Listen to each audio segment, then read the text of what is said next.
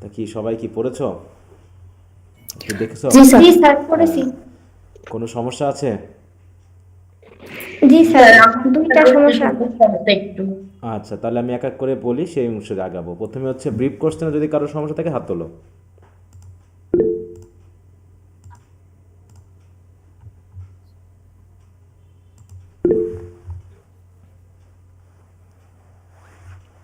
আচ্ছা, আমি ওখানে যাই।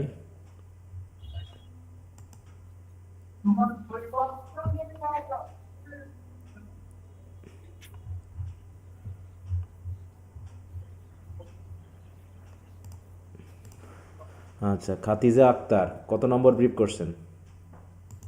স্যার, ইন্ট্রোডাকশন পয়েন্টার আর একটা ল্যাম্ব অ্যান্ড টাইগার ওইটার। ইন্ট্রোডাকশন পয়েমের কোন জায়গায়? এই জায়গায়? ড্রিম গ্রাসেস আছে, ওইটা দ্বারা কি সিম্বলাইজ করতেছে এটা একটু বুঝতে পারছি না। প্রশ্ন নম্বরটা বলো, প্রশ্ন নম্বরটা বলো। ডিউই ডিউই গ্রাস। হ্যাঁ, হ্যাঁ হ্যাঁ। Sir, dewy 9 grasses. নম্বরটা। হ্যাঁ, ডিউই গ্রাসেস দিয়ে বোঝাচ্ছে, দেখো সেকেন্ড ইন্ট্রোডাকশনে আমরা যেটা পড়েছিলাম, তাই না? হুম। ডিউই গ্রাসেস দ্বারা প্রধানত আমরা বুঝতে পারবো যে, মনে করো আকাশ থেকে শিশির কোথায় পড়ে? উপরের দিকে না মাটিতে পড়ে? ঘাসে, না ঘাসের নিচে উপরে পড়ে। মাটির দিক, তার মাটি। মানে সেই আইনস কি নিউটনের সেই আপেল পড়ার মতো, ঠিক আছে তো? আপেলটা কোন দিকে যাচ্ছে? নিচের দিকে বা নিচের দিকে। মাটির। হ্যাঁ, নিশ্চয়ই উপরের দিকে যাচ্ছে না, তাই না? আকাশের দিকে যাচ্ছে না, বা হেভেনের দিকে যাচ্ছে না, যাচ্ছে কোন দিকে? মাটির দিকে, পৃথিবীর দিকে। তো এরকম আমাদের এটা দিয়ে বোঝানো হয় যে আমাদের চিন্তা ভাবনা সব কিছু মাটি কেন্দ্রিক, পৃথিবী কেন্দ্রিক, ঠিক আছে তো? যেটা দিয়ে বোঝায় হচ্ছে ম্যাটেরিয়ালিজম বা হচ্ছে বস্তুবাদ, মানে জাগতিকতা, যাকে নির্দেশ করা হয় এখানে। এরকম আর কি অনেকে দেখেছে, বিশেষ করে ক্রিটিক্সরা এরকমটা মনে করেছেন আর কি, ঠিক আছে? এই, মানে বস্তুবাদ বা পার্থিব জিনিসের প্রতি হ্যাঁ, অত বেশি আকর্ষণ। মনে আচ্ছন্ন না থেকে, হ্যাঁ, মানে হ্যাঁ, আল্লাহর দিকে ফিরে বা ফিরে যেতে হবে। সৃষ্টিকর্তার দিকে হ্যাঁ, ফিরতে হ্যাঁ, বলতে এখানে কি? হ্যাঁ। তা ডিউই গ্রাস বলতে, শুধু ডিউই গ্রাস বলতে আমরা ম্যাটেরিয়ালিজমকে বা জাগতিকতাকে বুঝবো, ঠিক আছে? হুম। আচ্ছা। হুম। আর একটা সমস্যা, কফিন ওইটা কি সিম্বলাইজ করছে? চিমনি সুইপারের ওইখানে একটু সমস্যা। হ্যাঁ, কফিন কি সিম্বলাইজ করছে? কফিন সিম্বলাইজ করছে ওই যে চিমনিগুলোকে, কফিনের মতো আটকে স্যার, থাকে আপনি কালি তো ধুলা দিয়ে। বলছিলেন যে হুম। চিমনি গুলোকে, কিন্তু ওইখানে দেওয়া আছে যে ছুটি, ওদের যে বডিটা মানে ছাই বা কালি মাখা শরীর হ্যাঁ, দেহটা, সেটাও, হ্যাঁ সেটাও, ওইটাকে সিম্বলাইজ করতেছে। হ্যাঁ সেটাও হতে পারে। যে মানে তাদের যে ইচ্ছাটা, ঠিক আছে তো, তাদের এই কালি মাখা বডিটাকেও নির্দেশ করতে পারে, ঠিক আছে? হ্যাঁ, মানে দুইটাকেই করতে পারে। হ্যাঁ, এটা অবশ্যই কি অবশ্যই। তুমি এটাকে যে কি সিম্বলাইজ করছে, এটা কি কবি বলতেছে নাকি আসলে ক্রিটিক্সরা বলতেছে? ক্রিটিক্স? ক্রিটিক্সরা। ক্রিটিক্সটা। তো ক্রিটিক্সরা বিভিন্নভাবে বিভিন্ন বিষয়কে তারা নির্দেশ করতে পারে। কথা বুঝতে পারছো? হ্যাঁ, হ্যাঁ, বুঝতে এই পারছি। জি স্যার। কফিন দিয়ে তোমার হচ্ছে চিমনিকে নির্দেশ করতে পারে, যে চিমনির ভিতরে আটকা থাকা। আবার এই কফিন দিয়ে তাদের কালি মাখা পুরো বডিকে বোঝাতে পারে, ঠিক আছে? যে কফিন থেকে মুক্ত করা মানে কালিগুলোকে ধুয়ে ফেলা, ঠিক আছে তো? কালিগুলোকে ধুয়ে ফেলা, মুছে ফেলা, দিয়ে স্বাধীনভাবে চলা। তার মানে কি, কফিনের ভিতরে আটকে থাকা মানে কালিতে আটকে থাকা, এটাকে বোঝাচ্ছে, ঠিক আছে? জি স্যার। জি স্যার, এই দুটাই সমস্যা ছিল। আর ব্রডের প্রথমটা একটু পড়াই দিলে ভালো হতো, আচ্ছা, এটাই। আমি আসছি, আগে তারপর আর দেখি, সমস্যা নেই। এখানে আসি। হ্যাঁ, আগে এই আচ্ছা। পর্যন্ত দেখি। আচ্ছা, তারপরে আর কারো সমস্যা? তাসমিমের কোনটা? স্যার ওই লন্ডন এর বিষয়ে আমি ভাব দেখি আচ্ছা, আসছি, এক এক এক নম্বরটা। করে। শিহাব, হ্যাঁ, তাসমিম, হাত তুলতে হবে, হাত তুলতে হবে। হাত না তুললে সবাই একসাথে কথা বলবো, আমি যাকে স্যার, জিজ্ঞাসা করবো সে বলবো। হ্যাঁ, তাসমিম বলো। হুম। হোয়াট ইজ এ মিস্টিক এবং who is a mystic poet? Hmm. Mystic মানে নিয়ে আমরা প্রথমের মনে হয় দিকে কথা আছে। বলেছিলাম কি না এটা নিয়ে, যে মিস্টিক বলতে আমরা বোঝাই এমন কবি সাহিত্যিকদেরকে বা গায়কদেরকে যারা মেনলি আধ্যাত্মিক বিষয় নিয়ে কথা বলে, আত্মিক বিষয় নিয়ে কথা বলে, এবং আত্মার সাথে সৃষ্টিকর্তা বা গডের যে সম্পর্ক, এইগুলো নিয়ে যারা কথা বলে। হ্যাঁ, এটা কত নম্বর কবিতার মানে উপরেই, তাই না? একদম ইন্ট্রোডাকশনে শুরুতেই। হুম। জি স্যার, শুরুতেই। হ্যাঁ, দেখো বিশেষ করে এই জাতীয় বিষয়, যেমন হচ্ছে লালন ফকির, লালন ফকির, তাই তো? লালনের গানগুলো কেমন? এগুলো হচ্ছে মিস্টিক সং, ঠিক আছে তো? যেখানে তিনি জি স্যার। আত্মা, আধ্যাত্মিকতা, ডিভিনিটি, স্বর্গ, এগুলো নিয়ে কথা বলেছেন। হুম। যেমন হচ্ছে খাঁচার ভিতর অচিন পাখি, তাই না? এই খাঁচাটাকে আর পাখিটাকে, আর পাখি উড়ে যাওয়া বলতে কোথায় যাওয়া বোঝায় বলো? এগুলো কি সিম্বলাইজ করছে? খাঁচা মানে স্যার আমাদের বডি, খাঁচাটা মানে হচ্ছে যে আমাদের এই বডিটাকে, বর্তমান যেই হ্যাঁ খাঁচা বলতে আমাদের পৃথিবীতে আছি, হ্যাঁ খাঁচা বলতে আর আমাদের খাঁচা বডিকে থেকে বোঝানো বের হয়ে হয়েছে। যাওয়া মানে আমরা পরবর্তী জীবনে চলে যাচ্ছি। হ্যাঁ, আর সোল মানে হচ্ছে যে আমাদের পাখি মানে হচ্ছে সোল, আর খাঁচা ভেঙে পাখি স্যার। উড়ে যাওয়া মানে মৃত্যুকে বোঝায়, যখন খাঁচা থাকবে না পাখি উড়ে যাবে, ঠিক আছে তো? হ্যাঁ, তা এইরকম জি স্যার। তাহলে এই যে সোল বিষয়ক, আত্মা বিষয়ক, তাই তো, ধর্ম বিষয়ক এবং আত্মার সাথে স্বর্গ নরক, তাই তো, এই বিষয়গুলোর সাথে লিঙ্ক লাগিয়ে যারা মেনলি গান লেখে, কবিতা রচনা করে, হ্যাঁ, এইগুলোকে এদেরকে বলা হয় মিস্টিক, তাই তো? আর যারা গান লেখে তারা মিস্টিক স্যার। সিঙ্গার হয়, তাই তো? আর যারা কবিতা লেখে তারা মিস্টিক পয়েট হয়, মিস্টিক রাইটার হয়, এখন যে যেমন আর কি, হ্যাঁ, মিস্টিক থিঙ্কার হয় যারা চিন্তাশীল বা চিন্তাবিদ, এটাকে বোঝায়। তা বলছে mystic is an individual who experience a direct and personal connection with the divine, transcendent and spiritual realms through mystical experience. এই মিস্টিক্যাল এক্সপিরিয়েন্স মানে হচ্ছে ওই যে আধ্যাত্মিকতা, হ্যাঁ, আধ্যাত্মিকতার মাধ্যম দিয়ে, মানে এমনি বাস্তবতায় সম্ভব না যেটা। তাহলে এরকম আধ্যাত্মিক বা মিস্টিক এক্সপিরিয়েন্সের মাধ্যমে যারা স্বর্গের সাথে, তাই তো, বা জাগতিকতার, ট্রান্সেন্ডেন্ট মানে বোঝা হচ্ছে জাগতিকতার বাইরে, কমন সেন্সের বাইরে, তাই তো? আমরা এমনটা বুঝি যে সাধারণ বা বাস্তবতা বলতে আমরা নর্মাল সেন্সকে বুঝি, আর ট্রান্সেন্ডেন্ট মানে বুঝবো যেটা আমাদের নর্মাল সেন্সেরও বাইরে, beyond the reality, beyond the common sense, ঠিক আছে তো, এর বাইরের বিষয়গুলো। অথবা স্পিরিচুয়াল রিয়াম, স্পিরিচুয়াল রিয়াম মানে কি? জগৎ, যেটা হচ্ছে আধ্যাত্মিক কোনো জগৎ, এর সাথে লিঙ্ক লাগানোর যে ব্যাপারটা, এটাকেই মেনলি নির্দেশ করে সেই সকল ব্যক্তিগুলোকে যারা এইগুলোকে এক্সপিরিয়েন্স করে থাকে বিভিন্নভাবে। যেমন লালন ফকিরের কথা বললাম, তাই তো, তারপরে হাসন রাজার কথা বলতে পারি আমরা, রবীন্দ্রনাথের জি, কথা বুঝতে বলতে পারি পেরেছি। আমরা, যারা কি মিস্টিক পয়েন্ট ছিল। তারপর হচ্ছে আমরা উইলিয়াম ব্লেকের কথা বলছি, এদিকে ওয়ার্ডসওয়ার্থের কথা বলছি, যারা কি মনে করছে যে আমাদের নর্মাল থিঙ্কিংয়ের মানে কি আরও গভীরে গিয়ে যারা মানে কি বলবো আধ্যাত্মিকতার একটা সেন্স যেন তারা পায়। যেমন আমরা প্যান্থিজমে যে থিওরিটা পাচ্ছি যে একটা স্পিরিট বা একটা মোশন তিনি পাচ্ছেন, টিনটা নাবি পড়লাম না আমরা, টিনটা নাবি, জি স্যার, জি স্যার। এখানে আছে, হ্যাঁ। তিনি ওটা দেখতে পাচ্ছেন, তিনি ওটা ফিল করতে পারছেন, যেটা আমরা ফিল করতে পারছি না। তাহলে উনি একজন এই যেরকম মিস্টিক কবি, ঠিক আছে, যিনি গডের উপস্থিতিটা বা আধ্যাত্মিকতার উপস্থিতিটা বা স্পিরিটের উপস্থিতিটা তিনি পৃথিবীর যে সকল এলিমেন্ট রয়েছে তাদের ভিতরে তিনি এক্সপিরিয়েন্স করতে পারছেন। এই জায়গাটাকে বোঝা হয়। তাই বলছে মিস্টিসিজম একটা থিওরি, অর্থাৎ মতবাদ, এরকম একটা থিওরি যাতে মনে করা হয় যে ইনভলভ সিকিং আর deeper understanding of the nature of existence, হ্যাঁ, nature of existence, the divine and the ultimate reality through direct communion, intuition অথবা সেন্স অফ ইউনিটি। হ্যাঁ, এই যে সেন্স অফ ইউনিটি কি, যে প্রকৃতির প্রত্যেকটা জিনিসের সাথে কি আছে, আমাদের একটা লিঙ্ক আছে, ইউনিটি আছে, আর সেই মানে লিঙ্কটা একতা একটা। আধ্যাত্মিকতার একটা ব্যাপার, ঠিক আছে। এই তারপর হচ্ছে তাহলে মিস্টিক পয়েন্টকে, যে এইগুলো যে কবি, তাহলে মিস্টিক হচ্ছে সেই ব্যক্তি যে এইগুলোকে ফিল করে, আর মিস্টিক পয়েন্টকে, মিস্টিক পয়েন্ট হচ্ছে আবার সেই ব্যক্তি যারা যিনি এগুলো poetry, লেখেন, তিনি নাটক ওগুলো এগুলো নিয়ে feel করেন। লেখালেখি করেন। হ্যাঁ, যেগুলো এই বিষয়গুলো নিয়ে কবিতা লেখেন। এই হ্যাঁ। তারপর হচ্ছে mystic point is an individual whose okay sir, poetry বুঝতে রিফ্লেক্টস পেরেছি। Themes, experience and insight associated with mysticism. অর্থাৎ mystic points are often characterized by their exploration of the divine, transcendental experiences and the deep connection with the spiritual and mystical dimension of existence. এইটাকে বোঝায়, ঠিক আছে। মোটামুটি আমরা বেশ কয়েকটা কবির কবিতা পড়বো যে মোটামুটি ওরা মিস্টিক, হ্যাঁ, বিশেষ করে উইলিয়াম ওয়ার্ডসওয়ার্থ এবং ব্লেক তো আমরা পাচ্ছি, উইলিয়াম ব্লেকের কবিতাগুলো তো আমরা পাচ্ছি। এছাড়াও মানে আর কিছু কিছু কবি আছে যাদের কিছু কিছু কবিতাতে আমরা এই সেন্সগুলোকে পাবো। মোটামুটি আমরা যে কয়টা কবিতা এখন পাচ্ছি, যেমন আমরা ইয়া পেয়েছিলাম না, হচ্ছে এমিলি ডিকেনসনের কবিতা পড়েছিলাম না ফার্স্ট ইয়ারে। জি স্যার, হ্যাঁ, because ওখানেও I কিন্তু জি sir. mistook for mystic them. আমরা পেয়েছি, ঠিক ডেথের আছে তো। কথা বলছিল, হ্যাঁ। হ্যাঁ, ওখানেও মিস্টিকের কথা কিন্তু এসেছিল, ওখানেও কিন্তু মিস্টিক পয়েন্ট কে বা এটার কথা ছিল কিন্তু ওখানে, ঠিক আছে। হুম, আচ্ছা, আর কোনোটা? না স্যার, আচ্ছা, আনিশা বিষয়ে আর সমস্যা নেই। তামান্না, আনিশা তামান্না, আসসালামু আলাইকুম স্যার। ওয়ালাইকুম আসসালাম, বলো তোমার কোথায় সমস্যা, ব্রিফ স্যার কোশ্চেন। আমার শর্ট কোশ্চেনে প্রবলেম। আচ্ছা, আপাতত ব্রিফ কোশ্চেনটাই আসি, না তো আবার বারবার দৌড়াদৌড়ি করতে হবে, পেজ খুলতে হবে বারবার, ওকে ঠিক স্যার, আছে। ওকে। হ্যাঁ, যখন আমি শর্টে আসবো তখন বলবা। শিহাবের কোনো সমস্যা কোনটাই? শিহাব, স্যার ওই যে আমি বললাম হচ্ছে নিচে একটা প্রশ্ন আমি পড়ে বুঝা পাইনি না প্রশ্নটা কি, ওই যে সে নাম্বারটা বলো, কবিতার নামটা বলো। আইএক্স নাম্বার, হ্যাঁ, কবিতার নাম্বারটা বলো, মানে কবিতার নামটা বলো। 9 নাম্বার স্যার। ওই যে সামনে প্রথমটা পড়ালেন না যে মিষ্টি, তারপরে তারপরে বলে যান। 9 হ্যাঁ, নম্বরটা এই জায়গায় একটা প্রশ্ন এটা আছে। এটা এটা হুম। হ্যাঁ হ্যাঁ, এর প্রশ্নটার মানে এটা আমি বুঝিনি, মানে আচ্ছা কি বুঝতে পেরেছি, বললো। দাঁড়াও দাঁড়াও, হ্যাঁ আমি বলতেছি। ফোর রানার আর প্রিকারসার মানে তুমি কি একটু ডিকশনারি খুঁজেছিলা যেটার মানেটা কি?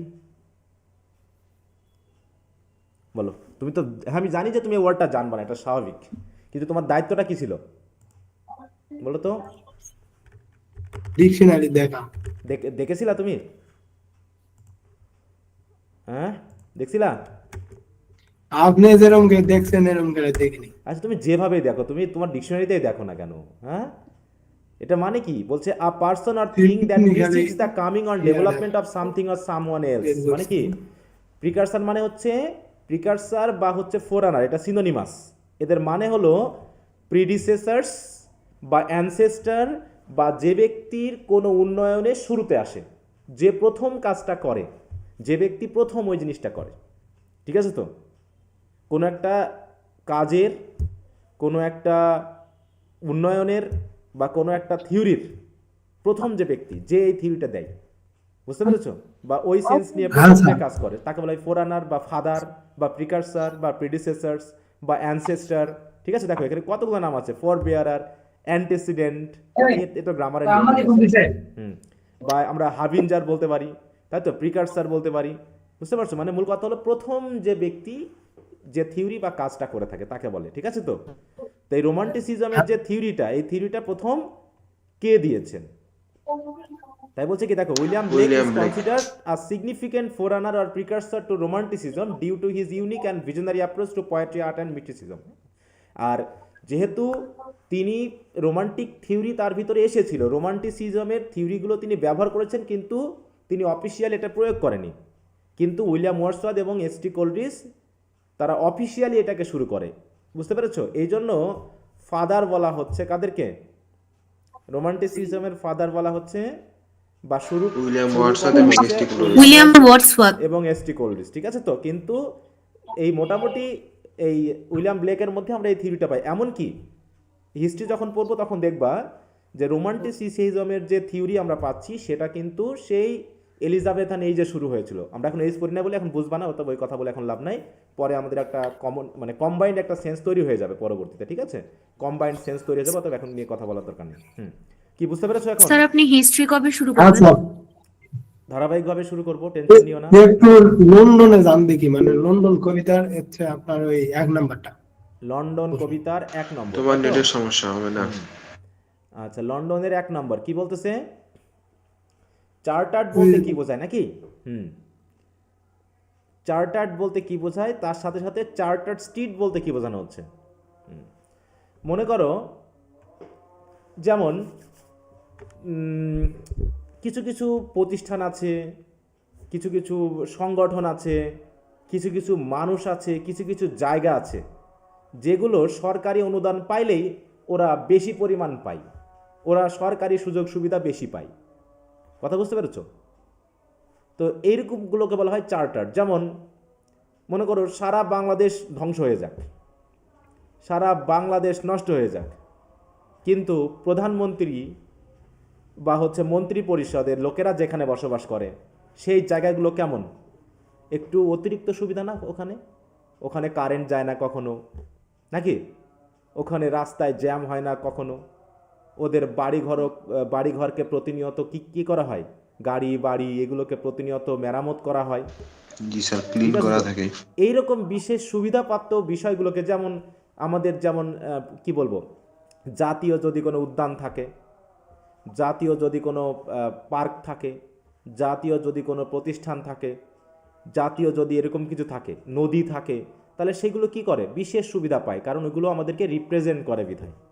তো এরকম চার্টার স্ট্রিট বলতে ওইরকম স্ট্রিটকে বোঝায় লন্ডনের, যে স্ট্রিট বিশেষ সুবিধা পায়, মানে এখানে বিশেষ মর্যাদা সম্পন্ন ব্যক্তিরা বসবাস করে। এই জন্য, বুঝতে পেরেছো, এই জন্য এই স্ট্রিটটা একটু বেশি সুবিধা পায়। মানে কি, আমাদের গ্রামের রাস্তাগুলো ভেঙে গেলে পারে ও 3 বছর 4 বছর টাইম লাগে ওটা ঠিক করতে, নাকি? আছে না এরকম? অথবা দেখা যাচ্ছে 10 জি বছরেও স্যার। ঠিক হয়নি, 10 বছরেও ঠিক হয়নি। অথচ ঢাকা শহরে এমন এমন রাস্তা আছে একটু মানে ছাল উঠে গেলেই সাথে সাথে সে ঠিক করা হয়। বুঝতে পেরেছো? কারণ কি? কারণ ওখানে বিশেষ ব্যক্তিরা থাকে। কি কথা বুঝতে পেরেছো? তা ওই রকম স্ট্রিটকে চার্টার স্ট্রিট বলা হয়। তো দেখো বলছে the word chartered means free or privileged, so the charter street means the street which enjoys the freedom guaranteed it by a royal charter. Royal charter মানে কি? চার্টার মানে কি? সনদ বা সংবিধান, যে সংবিধানের রয়্যাল মাধ্যমে মানে রাজকীয়। বিশেষ সুবিধা দেওয়া হয়েছে এমন রাস্তাকে বোঝানো হচ্ছে এখানে। কি কথা বুঝতে পেরেছো? জি স্যার। চার্টার মানে বোঝা হচ্ছে সনদ। সনদ মানে সংবিধানে যেমন আইন দেওয়া আছে না, এরকম আর কি, ঠিক আছে, যার মাধ্যমে বিশেষ সুবিধা। যেমন হচ্ছে চার্টার বলতে যেমন যে কোনো প্রতিষ্ঠানে কিন্তু চার্টার থাকে, ঠিক আছে তো? কেমন যে আমাদের কলেজে ছাত্রছাত্রীদের জন্য কী কী চার্টার আছে, তারা কী কী সুযোগ সুবিধা আমাদের কলেজ থেকে পাবে, বা এই প্রতিষ্ঠান আছে, এই প্রতিষ্ঠান থেকে কী কী সুযোগ সুবিধা পাবে। তো এরকম এই রাস্তায় কোন কোন মানুষ চলতে পারে, কারা চলতে পারে, সবাই চলতে পারবে কিনা, সবার জন্য ফ্রি করা আছে কিনা, এরকম আর কি বিষয়গুলোকে নির্দেশ করতে চার্টার শব্দটা ব্যবহার করা হয়। যেমন চার্টার্ড অ্যাকাউন্টেন্টের নাম শুনছো? চার্টার্ড অ্যাকাউন্টেন্ট হ্যাঁ স্যার। জি ওরা স্যার। কারা? জি স্যার, শুনেছি। যারা কোম্পানির মানে হিসাব নিকাশ করে, এই যে শুধু ও তো কোম্পানি হিসাব নিকাশ বললে হবে না, ও তো হিসাব নিকাশ বললে হবে না। চার্টার্ড অ্যাকাউন্টেন্ট মানে হচ্ছে যারা নির্দিষ্ট কোনো প্রতিষ্ঠানে কাজ করে না, কিন্তু তারা ফ্রি, স্বাধীন, যে কোনো প্রতিষ্ঠান স্বাধীন। তাদেরকে নিয়োগ করে তাদের কাজটা করাই নিবে। কথা বুঝতে পারছো? এই প্রিভিলেজ তারা পায়, এবং তারা যখন কাজ করবে তখন তাদের সব সুযোগ সুবিধা একদম পেস্ট থেকে শুরু করে তাদের খাওয়া দাওয়া শুরু করে সব কিছু দিতে হবে, এবং ব্যাপক পরিমাণে একটা অ্যামাউন্ট তাদেরকে দিয়ে যেতে হবে তোমার কোলাসে আছে, সবকিছু। কোলাসে। হ্যাঁ, ঠিক আছে। এই হ্যাঁ স্যার। তাও ওইটা পড়তে গিয়েছিলাম এইচএসসির পরে, যে ওখানে ভর্তি হব, কিন্তু দুঃখের বিষয় একজন বললো ওখানে ভর্তি হওয়ার দরকার নেই, ও ব্যাপক পাস করে 17,000-এর জন্য মধ্যে 17 জন, ঠিক আছে। হ্যাঁ, ওখানে কঠিন অবস্থা। তো এরকম লোভটা আমারও ছিল, ওই জন্যই কমার্স করছি, কিন্তু আসলে লোভ হয়নি না। থাকলে বলেন, হ্যাঁ, কমার্সের নষ্ট। ছেলেমেয়েরা সিএ পড়বে, এটা স্বাভাবিক নাকি? একটা সিএ পড়ার টার্গেট নিয়ে থাকবে। আমরা দুই বন্ধু গিয়েছিলাম, পরে যা হোক, এই যে বলছে কি দেখো, professional who has completed extensive training and pass challenging exams, হ্যাঁ, challenging exams, and they are qualified to perform a variety of accounting task including auditing, financial statement, filing tax returns, বিভিন্ন ধরনের কাজ তারা করে দেয়। আচ্ছা, তো যাই হোক, তবে পাশ করার আগে এদের যে সুনাম ছড়িয়ে যায়, তাতে এরা অনেক অনেক সুবিধা অর্জন করে আর কি। কি বুঝতে পেরেছো? আর কোনোটা সমস্যা? হ্যাঁ, স্যার। হুম, ব্রিফে নাই, শর্টটা আছে। আচ্ছা, পরে আসতেছি। হাবিবুর রহমান, হাবিব, বলো তোমার কোনটাই সমস্যা? স্যার আমার হচ্ছে এই যে লন্ডনের ভি নম্বরে। লন্ডনের বি নম্বর কি কি বলছে? What? Sir V. Sir V number বলবা 5। বলবা যে সংখ্যা বলবা, এরকম বলবা না, দয়া করে রোমান চিহ্নের সংখ্যাটা বলবা, ভি না, এটা হচ্ছে 5, ঠিক আছে তো? হ্যাঁ, বলবা হচ্ছে স্যার 5। এখানে বিনারেল ডিজিজের পরে এখানে কি কন্ট্রাক্টেড হবে নাকি এক্সপেন্ডেড হবে? কারণ এখানে তো কন্ট্রাক্টেড দিলে তো সংকুচিত বোঝায়। না না, এই কন্ট্রাক্টেড মানে সংকুচিত না, এই কন্ট্রাক্টেড মানে হচ্ছে সংক্রমিত। বুঝতে পেরেছো? এর আরেকটা মিনিং আছে, যেটা খুবই দ্রুত ছড়িয়ে পড়ে, এটাকে কন্ট্রাক্টেড বলা হয়। বুঝতে পেরেছো? হুম। হোলি থার্সডের 1 নম্বরটা আর কি। হলি থার্সডে 1 নম্বর, হ্যাঁ, কি বলছে? What is a holy Thursday? আমি তো বলেছিলাম এটা, ঠিক আছে তো? স্যার ওইটা বুঝেছিলাম, কিন্তু এখানে যেটা দাও এটা ভালোভাবে বুঝি নাই। এটা ওই হলি থার্সডে আরেকটা দিন আছে, ঠিক আছে তো? হলি থার্সডের আরেকটা দিন আছে, সেটা হলো যে জিজাস ক্রাইস্ট ক্রুসিফিকেশন থেকে যখন রিজারেকশন হলেন, রিজারেকশন হওয়ার পরে তিনি, বিশ্বাস করা হয় তিনি পৃথিবীতে 40 দিন ছিলেন, ঠিক আছে তো? 40 দিন ছিলেন। তো 40 দিন তো তিনি ছিলেনই, কিন্তু 40 দিনের পরে তিনি স্বর্গে সশরীরে উঠে যান। কথা বুঝতে পারছো? সশরীরে তিনি স্বর্গে আরোহণ স্যার করেন বলে এখানে বিশ্বাস করা হয়। সিংহাসনে আহরণ মানে অ্যাসেনশন হ্যাঁ, বলতে কি ascension বোঝায় মানে হচ্ছে আরোহণ, হ্যাঁ, স্বর্গারোহণ বলা হয় বাংলা, ইয়াতে, ইংলিশে, ঠিক আছে তো? দেখো, এটাকে স্বর্গারোহণ বলা হয় ইন ক্রিশ্চিয়ানিটি।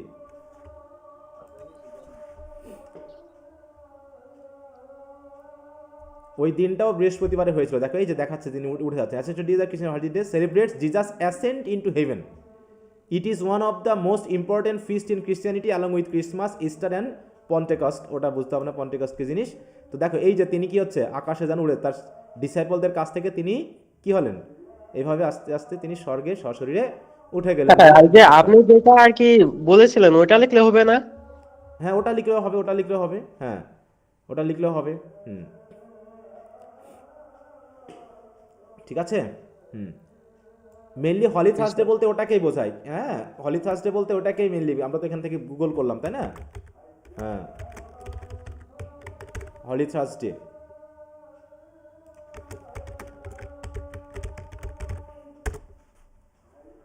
এই যে হলি থার্সডে বলতে মেনলি এই দিনটাকেই বোঝায়। ঠিক আছে, তো তার যেটা আমরা পালনও করি ক্রিশ্চিয়ানিটিতে। হ্যাঁ কিন্তু উত্তরটা কেন যে আমাদের বইগুলোতে এটা নেওয়া হয়েছে আমি ঠিক জানি না, কারণ ওটাও একটা দিন, কিন্তু ওটার থেকে ফোকাসড হচ্ছে হলি থার্সডে এই দিনটা। ঠিক আছে, কি বুঝতে পেরেছো? জি স্যার বুঝেছি, কিন্তু এটার কাহিনীটা তো জানা নাই আর কি, যে বইতে যেটা দেওয়া। ও জানা লাগবে না, যেটুকু বললাম ওইটুকু খেয়াল রাখো। ঠিক আছে, ওই যে কাহিনী যতটুকু স্যার বললাম চিমনি ওতটুকু। সুইপারের 7 নম্বর। আচ্ছা আসছি, হাবিবুর গেল, লাবণী। জি স্যার। স্যার ইন্ট্রোডাকশনের 5 আর 6। ইন্ট্রোডাকশনের 5 আর চিমনি 6। সুইপারের 7 নম্বর প্রশ্ন service to us the distress of the আচ্ছা, আমি একজনকে আচ্ছা বলেছি, লাবণীটা শেষ করো। আমি জিজ্ঞাসা করেছি একজনকে, হ্যাঁ তার বাইরে আমি উত্তর নিব না, কারণ এটা করলে বিশৃঙ্খলা হবে। তাছাড়াও দেখা যাচ্ছে হাত তুলে বসে আছে, আমি যদি তার প্রশ্ন না নিই তাহলে সেও মাইন্ড করবে যে স্যার বললো হাত তুলে থাকতে, আমি হাত তুলে আসি। হ্যাঁ বলো ইন্ট্রোডাকশনের কত নম্বর কোশ্চেন? Okay sir. হ্যাঁ 6 প্যাস্টোরাল পোয়েট্রি।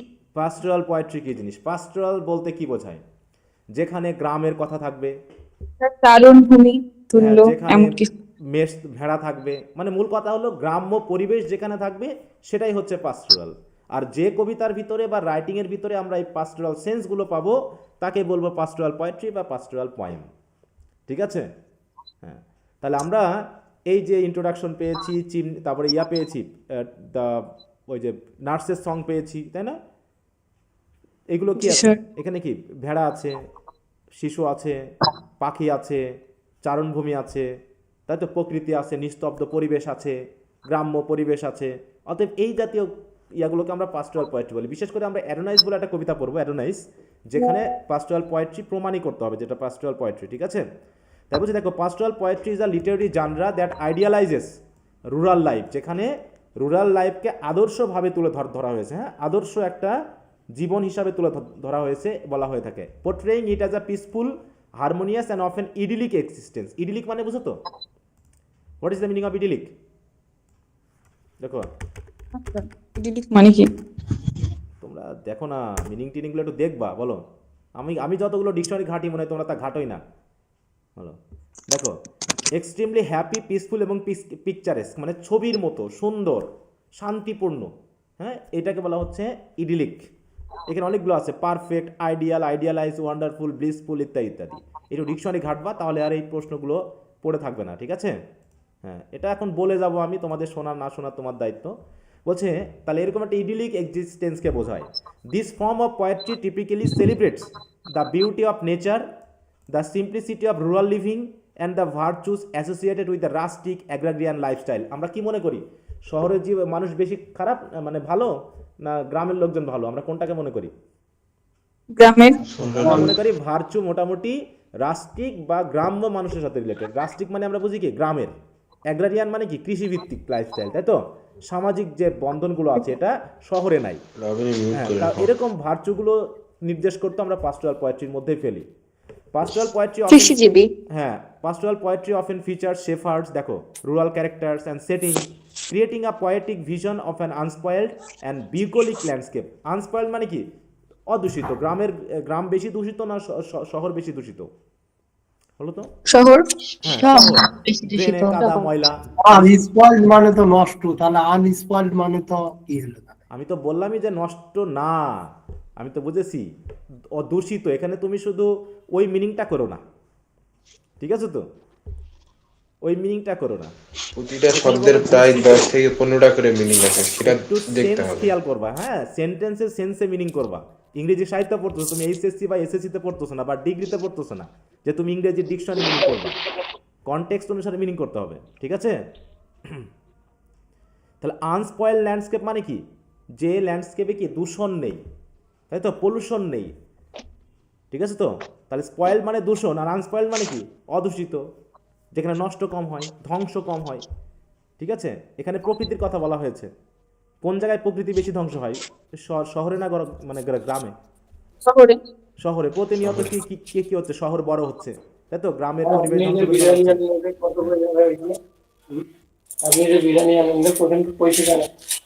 একটু মিউট রাখো, কথা বলতে একটু মিউট রাখবা, মিউট রাখতে হবে। আতিক, ক্লাসের সময় মিউট রাখবে রে।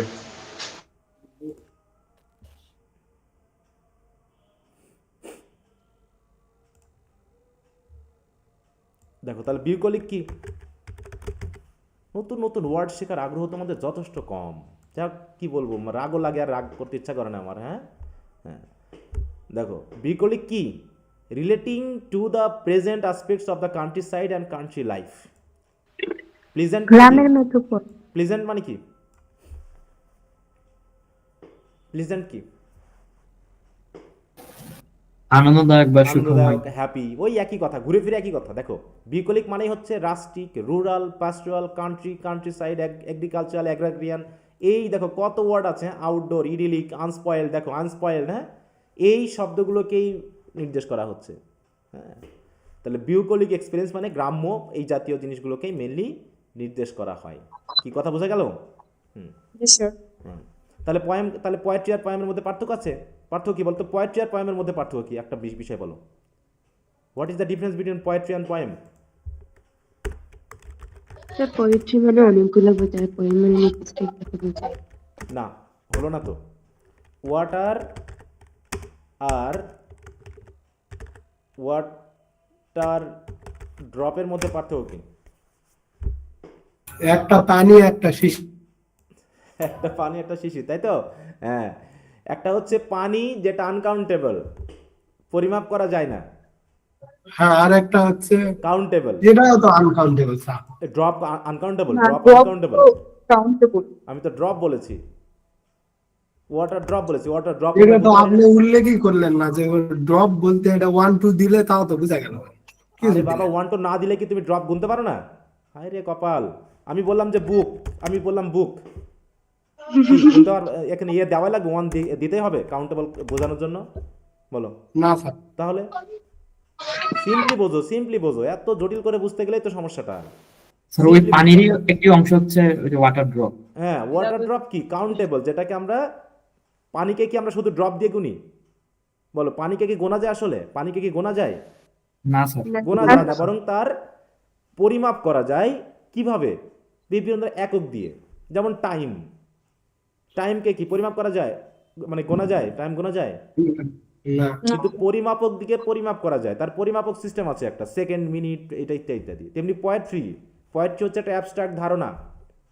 যেমন হচ্ছে পেপার, পেপার কি? একটা অ্যাবস্ট্রাক্ট ধারণা বা আনকাউন্টেবল ব্যাপার। পোয়েট্রিও, পুরো পোয়েট্রি বলতে সকল কবিতাকে একত্রে বোঝায়।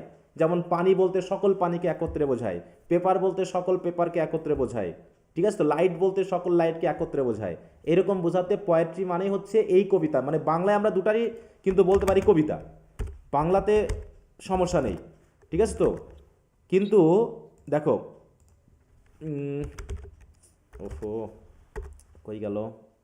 ওই বাংলাতে আসতে গেলে একটু ঝামেলা। হ্যাঁ, দেখো কবিতা, দুটারই মিনিং হচ্ছে কবিতা। পোয়েট্রি মানেও কবিতা, পয়েম মানেও কবিতা। কিন্তু পার্থক্য হলো এই জায়গায় যে আই অ্যাম রিডিং পোয়েট্রি আর আই অ্যাম রিডিং পয়েম, কোনটা ভুল বলো তো? পোয়েট্রিটা বলবো। হ্যাঁ নিতেরটা ভুল। বলো, যাকে কাউন্ট করা যায় না, যাকে কাউন্ট করা যায় না তার সাথে কোনো এ অ্যান বসে না।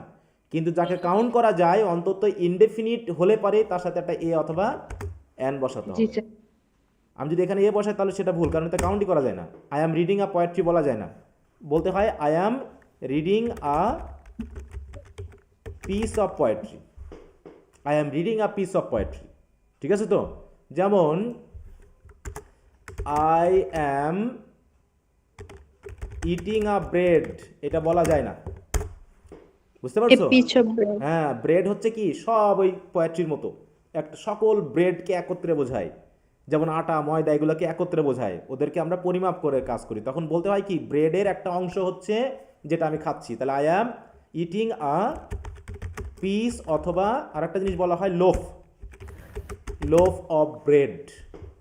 ঠিক আছে তো? এই যে আমরা দোকান থেকে যেটা কিনি না, ওটা একটা ব্রেড বলা যায় না, বলতে হয় কি আ পিস অফ ব্রেড বা আ লোফ অফ ব্রেড। কথা বোঝা গেল?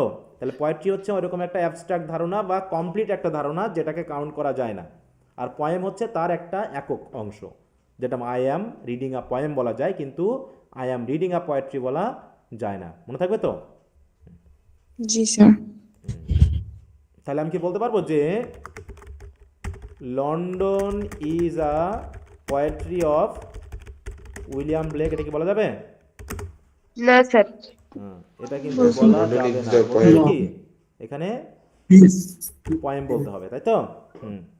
অথবা a piece of poetry of William Blake, এমনটা বলা যেতে পারে। ঠিক আছে তো? বুঝতে পেরেছো?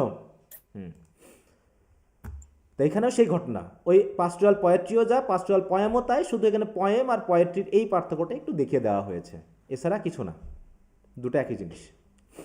ঠিক তো? আচ্ছা, লাবণী গেল, তারপর আর ব্রিফে কারো সমস্যা নাই? উপস্থিতি কি 90-এর নিচে আসছে? জি স্যার। তাহলে জি স্যার। 100 জন অনুপস্থিত। যাক, তোমরা যদি সন্তুষ্ট থাকো, আর আমি তোমাদের নিয়ে চাপাচাপি করবো না। আমার মানে অন্তরটা জ্বলে যাচ্ছে, কিন্তু মুখে আর বলতে পারতেছি না। বুঝতে স্যার পারছো? কিউরিয়াস হয়ে যাচ্ছে, কিউরিয়াস যে কাজ করছে ওইটা বলছি। মানে আমি বলতে চেয়েও আর বলছি না, কারণ সময় নষ্ট হবে। বলতে চেয়েও আর বলছি না, কারণ তোমরা তো ফার্স্ট ইয়ারে পড়েছো, অতএব তোমরা জানো, তাই না? তোমরা অলরেডি বিষয়গুলো সম্পর্কে জানো, অতএব তারপরেও যদি তোমরা মনে করো যে মিস করে ক্লাস না করে তোমরা উপকার পাবা, তাহলে আমার আসলে কিছু বলার নেই, কারণ মাস শেষে তো তুমি তো আবার চলেই যাবা নাকি, তোমাকে তো আমি বেরই করে দিব। তারপর তোমার যদি ভালো লাগে তুমি আবার যুক্ত হবা, আর ভালো না লাগলে তুমি চলে যাবা, এই তো, কিছু করার নাই। আচ্ছা, তো যাই হোক, ভেরি গুড, তোমরাই ভালো থাকো, তোমরাই ভালো বোঝো, আমি আর কি বুঝি।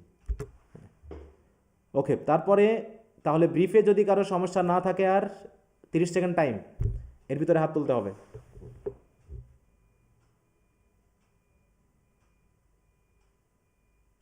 পরে জন্য বলো না স্যার আমি চান্স পাই নাই।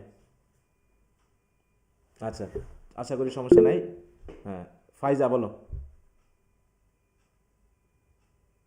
স্যার চিমনি চিমনি সুইপারের সুইপারের 7 7 নম্বর একটু বলবা, দ্রুত বলবা, ঠিক আছে? আমি তো অপেক্ষায় ছিলাম, সময় নষ্ট করলে তো তোমাদেরই সময় নষ্ট। চিমনি সুইপারের 7 নম্বর। নেটওয়ার্কস। হ্যাঁ, জি, দ্বিতীয় অংশটা স্যার। হ্যাঁ, 7 নম্বরে কি সমস্যা? The other thing. The other thing is to convey us the distress of little chimney sweepers. এটা দ্বারা কি বুঝে সেটা বুঝি নাই। আচ্ছা, মনে করো তুমি কান্না করতেছো, এটা দিয়ে কি কি বোঝায় তোমার অবস্থা? তুমি ভালো আছো না খারাপ আছো? খারাপ। হ্যাঁ, তাহলে এটাই যে এই ওয়ার্ডটা দিয়ে প্রধানত দুটা জিনিস বোঝায়। একটা জিনিস হচ্ছে যে তারা এত ছোট যে তারা সুইপ কথাটা পুরোপুরি উচ্চারণ করতে পারে না, তাই উইপ করতেছে। আবার উইক মানে আরেকটা মিনিং হলো কান্না করা। তাই হয়তোবা এই ওয়ার্ডটা কবি এভাবেই লিখেছেন ইচ্ছা করে বোঝানোর জন্য যে বাচ্চারা হয়তো সুইপ উচ্চারণ করতে করতে একই সাথে তার মনের ভিতরে যে একটা কষ্ট দুঃখ আছে সেটাকেও হয়তোবা এই কথার মধ্য দিয়ে উচ্চারিত করতেছে। কারণ অনেক সময় আমরা যখন রেগে যাই, আমরা যখন খুব কষ্টে কথা বলি, তখন আমরা কথা কেটে বলি, তাই না? আমরা কি পূর্ণাঙ্গ কথা ঠিকমতো বলতে পারি? না স্যার। সে হয়তো সুইপ কথাটা পুরোপুরি উচ্চারণ করতে পারে, কিন্তু তারপরেও এত কষ্ট নিয়ে, এত দুঃখ নিয়ে এবং এত তাড়াতাড়ি করে কথাটা বলছে যে এস শব্দটা মানে এস প্রোনাউন্সিয়েশনটা শোনা যাচ্ছে না, এই জন্য উইপই শোনা যাচ্ছে। কথা বুঝতে পারছো? তাহলে দুটা জিনিস কনভে করতেছে, একটা হচ্ছে সুইপ ওয়ার্ডের কি ইনকমপ্লিট প্রোনাউন্সিয়েশন, আর আরেকটা হয়তো বা তাদের ভিতরের কষ্টটাকে তারা নির্দেশ করতেছে। ডিস্ট্রেস মানে কি বলো? দুর্দশা, কষ্ট। তাহলে সেটাকেই কনভে করছে। কনভে করা মানে কি? আমি জানি তুমি এই দুটো ওয়ার্ডের মিনিং জানো না বলে তুমি কিন্তু এটার অর্থ বোঝোনি, কিন্তু ওয়ার্ড মিনিংগুলো কি তুমি জেনেছো? জি স্যার, কনভে তো ওই যে স্বীকার করা, মেনে নেওয়া বা না না, হলো না, হলো না, হলো না। বর্ণনা করার কনভে জন্য। মানে মেনে নেওয়া না, কনভে মানে মেনে নেওয়া না, কনভে মানে স্যার জানানো, বহন করা। কনভে মানে জানানো, ঠিক আছে তো? ইউ শুড জি কনভে স্যার, দ্য দুঃখ নিউজ টু, প্রকাশ করা, কনভে অফ ডিস্ট্রেস মানে হ্যাঁ। দুঃখ প্রকাশ করা। তাহলে বলতেছি কি তাদের, তাই তো, the distress of the little chimney sweeper, তাহলে লিটিল চিমনি সুইপারদের যে ডিস্ট্রেস বা হতাশা, সেইটাকে আমাদের কাছে জানানোই এই উইপ শব্দটার আর একটা বিশেষ উদ্দেশ্য। কি বুঝতে পেরেছো? জি জি। আর স্যার ওই যে লেয়ার আপন লেয়ার 9 নাম্বারটা। কোনটা? লেয়ার আপন লেয়ার মানে কি? লেয়ার মানে কি বলো? স্তর। স্তর বুঝো? স্তর, তুমি তো মেয়ে তাই না, তোমার মাথায় যদি ছাই লাগিয়ে দেওয়া হয়, তাহলে চুল যেহেতু বড় বড়, তাহলে চুলের স্তরে স্তরে কি ছাই লেগে থাকবে না? তাহলে লেয়ার আপন লেয়ার মানে কি? স্তরে স্তরে, এক লেয়ারের উপরে আর এক লেয়ার, তার উপরে আর একটা লেয়ার, এরকম স্তর তৈরি হয়ে যাবে। বুঝতে পেরেছো? বলছি কি the heads of the chimney sweeper were so that, এখানে ইয়ে হবে, স্যার এখানে শেপটা শেপ হবে, এই বাদ ওয়ার্ডটা বাদ গেছে। পড়ে গেছে, তো এখানে বাদ পড়ে গেছে, were shaped so that soot may not unnecessarily get into the hair, যাতে ছাই অকারণেই চুলের মধ্যে না ঢুকে যায়, and get on settling there, get on settling মানে কি? লেগে থাকা নাকি? লেয়ার আপন লেয়ার, এবং চুলের নিচে যেন লেয়ারের স্তরে স্তরে যেন চুলের উপরে ছাইগুলো লেগে না থাকে। বুঝতে পেরেছো? কি বুঝেছো? জি স্যার, ফাইজার মানে নেটওয়ার্কের সমস্যা। আচ্ছা,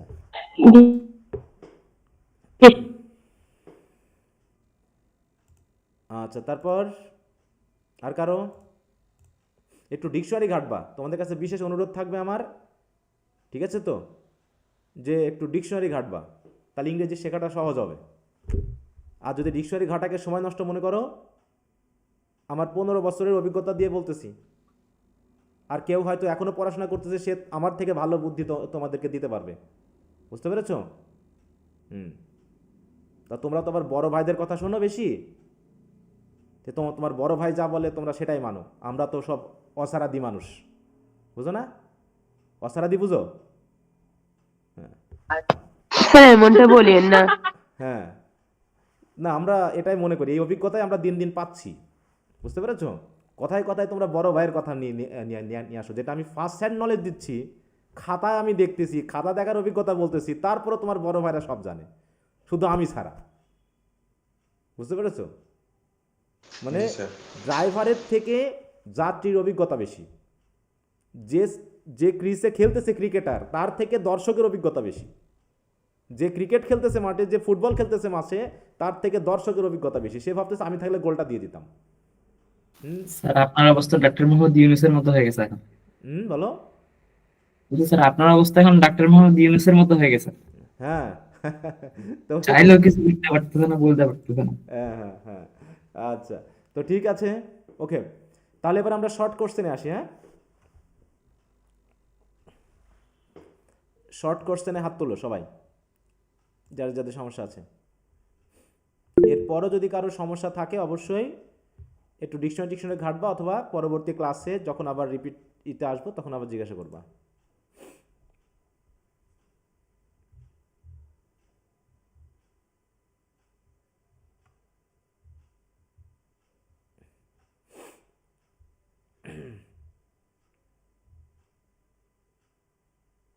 হাত তুলেছো সবাই? আচ্ছা, রুহি, জাহান ইসলাম রুহি, বলো স্যার শর্ট কোশ্চেনের 8 নম্বর। কত নম্বর? 8 নম্বর। 8 নম্বর। 8 নম্বরের আগে কারো সমস্যা আছে? জি স্যার, কত 4 number. 4 number. Comment on the use of irony Holy Thursday. আচ্ছা, ইউজ অফ আইরনি, আইরনি কি মনে আছে? হোয়াট ইজ আইরনি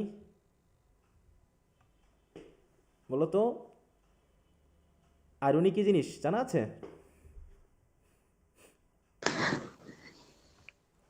বলো, আইরনি কি? Yes, sir. একটা উদাহরণ দাও। One means by using language that normally signifies the opposite. একটা উদাহরণ বলো, আইরনির একটা উদাহরণ বলো, ফার্স্ট ইয়ারে যা শিখেছো তার ভিতর থেকে একটা। স্যার লাঞ্চের এখানে আছে না? হ্যাঁ, লাঞ্চনে আছে, গেমস অ্যাট হ্যাঁ, টুইলাইটে আছে, তাই না? আমি খাই না বলে সব খেয়ে ফেলছি যে রাগ করছি এটা। হ্যাঁ, গেমস অ্যাট টুইলাইটে আছে। ঠিক আছে, তার মানে কি আইরনি মানে হচ্ছে আসলে যেটা বলা হচ্ছে সেটা আসলে মিন করা হচ্ছে না। মানে তুমি একটা বিশ্বাসঘাতক, মানে এইরকম আর কি, মির্জাফর বা না, এইরকম। তাহলে তো সরাসরি হয়ে গেল, সরাসরি হয়ে গেল। তুমি যখন সরাসরি বললা তাহলে তো হলো না।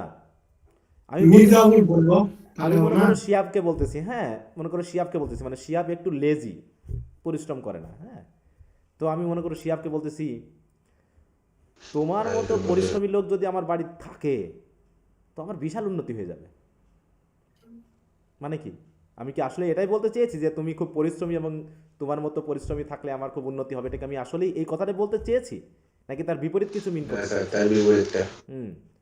তাহলে হলি থার্সডেতে যখন দেখতেছি বাচ্চারা খুবই সুশৃঙ্খল, তাই না? তাদের ফেস হচ্ছে ক্লিন, হ্যাঁ, একদম জল জল করতেছে, তারা লাইন বাই লাইন সুশৃঙ্খলভাবে হেঁটে যাচ্ছে, তাদেরকে লন্ডন শহরের ফ্লাওয়ার বলা হচ্ছে, তাহলে আমরা বুঝতেই পারতেছি তারা মনে হয় এই কবিতাতে দিয়ে হয়তো কোনো পজিটিভ সেন্স বোঝানো হচ্ছে। আসলে কি কোনো কবি পজিটিভ সেন্সের বাইরে গিয়ে এমন কিছু ডিপ সেন্স বোঝাতে চাচ্ছে না যে যা কিছু সুশৃঙ্খল সেখানে শাসন আছে? তার মানে এই বাচ্চাগুলো শাসনের ভিতরে থাকে, এই বাচ্চাগুলো স্বাধীন মতো চলতে পারে না, তাই না? বাচ্চার ফেস যদি নোংরা থাকে, বাচ্চা যদি ধুলাবালির মধ্যে খেলা করে, তাহলে এটা কি তার খারাপ দিক বোঝায় নাকি আসলে তার ফ্রিডমটাকে বোঝায়? বলো তো। ফ্রিডম।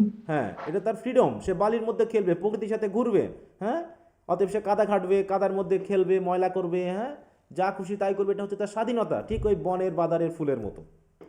আর যদি মনে হয় কোনো বাচ্চা খুবই মানে কি বল পরিষ্কার পরিচ্ছন্ন সুশৃঙ্খল, হ্যাঁ, হাঁটতে গিয়েও পা কাঁপে, কখন কি ভুল হয়ে যায়, তাহলে বুঝতে হবে তার আপব্রিঙ্গিং বা তার বড় হওয়াতে শাসনের পরিমাণটা একটু বেশিই ছিল। বুঝতে পেরেছো? জি স্যার। হ্যাঁ, এই জন্য সে এরকম সুশৃঙ্খল। তার মানে কি তাকে সুশৃঙ্খল মানে বুঝতে হবে এর ভিতরে কবি কিছু বোঝাতে চাচ্ছেন। তাই এটা হচ্ছে আইরনি মেনলি হলি থার্সডের প্রথম কবিতাটা, মানে ইনোসেন্স কবিতাটা মেনলি আইরনি দেখানো হয়েছে। ঠিক আছে, এক্সপেরিয়েন্সে কিন্তু আইরনি নেই, এক্সপেরিয়েন্সে কিন্তু সরাসরি বলা হয়েছে, সরাসরি কিন্তু সব কিছু বলে দেওয়া হয়েছে, তাই না? হ্যাঁ, তো আমরা দেখো এইখানে একটু পড়ি। তাই বলছে দেখো, in William Blake's Holy Thursday particularly in the version of songs of experience বলা হয়েছে এখানে। আচ্ছা, এখানে সংস অফ ইনোসেন্স হবে, ঠিক আছে? লিখতে গিয়ে কপি করতে গিয়ে কোনো সমস্যা হয়ে যেতে পারে। সংস অফ এই জন্য তো আমি বিষয়টা বুঝতে পারি। হ্যাঁ, এখানে সংস অফ ইনোসেন্স হবে, তোমরা একটু কেটে দিবা, দেখে আমি ঠিক করবো। সংস অফ ইনোসেন্স মেইনলি এখানে, হ্যাঁ হ্যাঁ। আচ্ছা, তাই বলছে দেখো, irony in the title itself holy Thursday. Holy Thursday মানে কি একটা পবিত্র দিন, তাই না? পবিত্র একটা সেলিব্রেশন, কিন্তু এর আন্ডারে কি আছে? একটা অপবিত্র, একটা খারাপ একটা শাসন আছে, নাকি? চ্যারিটি দান বলতেছি, কিন্তু দান জিনিসটা আর একটা জিনিসকে নির্দেশ করে, আমি কাকে দান করতেছি, তাহলে দান করার জায়গাটা কেন? আমার যদি 10 কোটি টাকা থাকে, তাহলে আমাকে কেন একজনকে আমার প্রতিবেশীকে কেন 500 টাকা দান করতে হবে? কথা বুঝতে হবে? তাহলে এখানে কি সেন্স কাজ করতেছে? যে অবশ্যই এখানে রিলেশনশিপের সমস্যা আছে, এখানে আত্মকেন্দ্রিকতার একটা প্রবলেম আছে, বিভিন্ন ধরনের ব্যাপার কিন্তু এখানে আছে। তাহলে এটা একটা আইরনিক, মানে টাইটেলটা নিজে একটা হলি থার্সডে বলা হচ্ছে, কিন্তু এখানে হলি জিনিস ঘটেনি। তাই বলছে দেখো, the holy Thursday carries an ironic tone.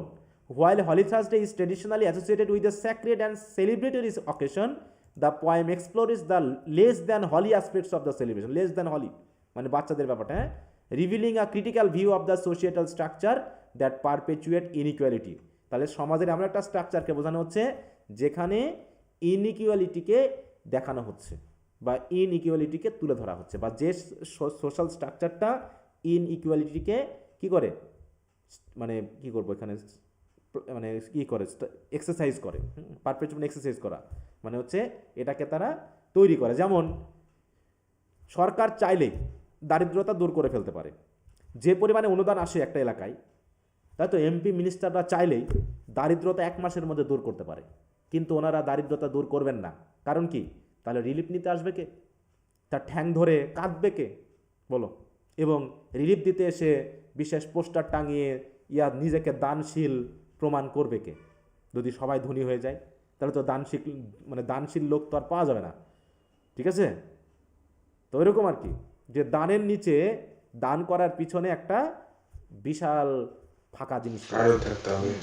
তাই বলছে এটা গেল একটা টাইটেল। বলছে contrast with songs of innocence, the poem can be seen as ironic in relation to the version of songs of.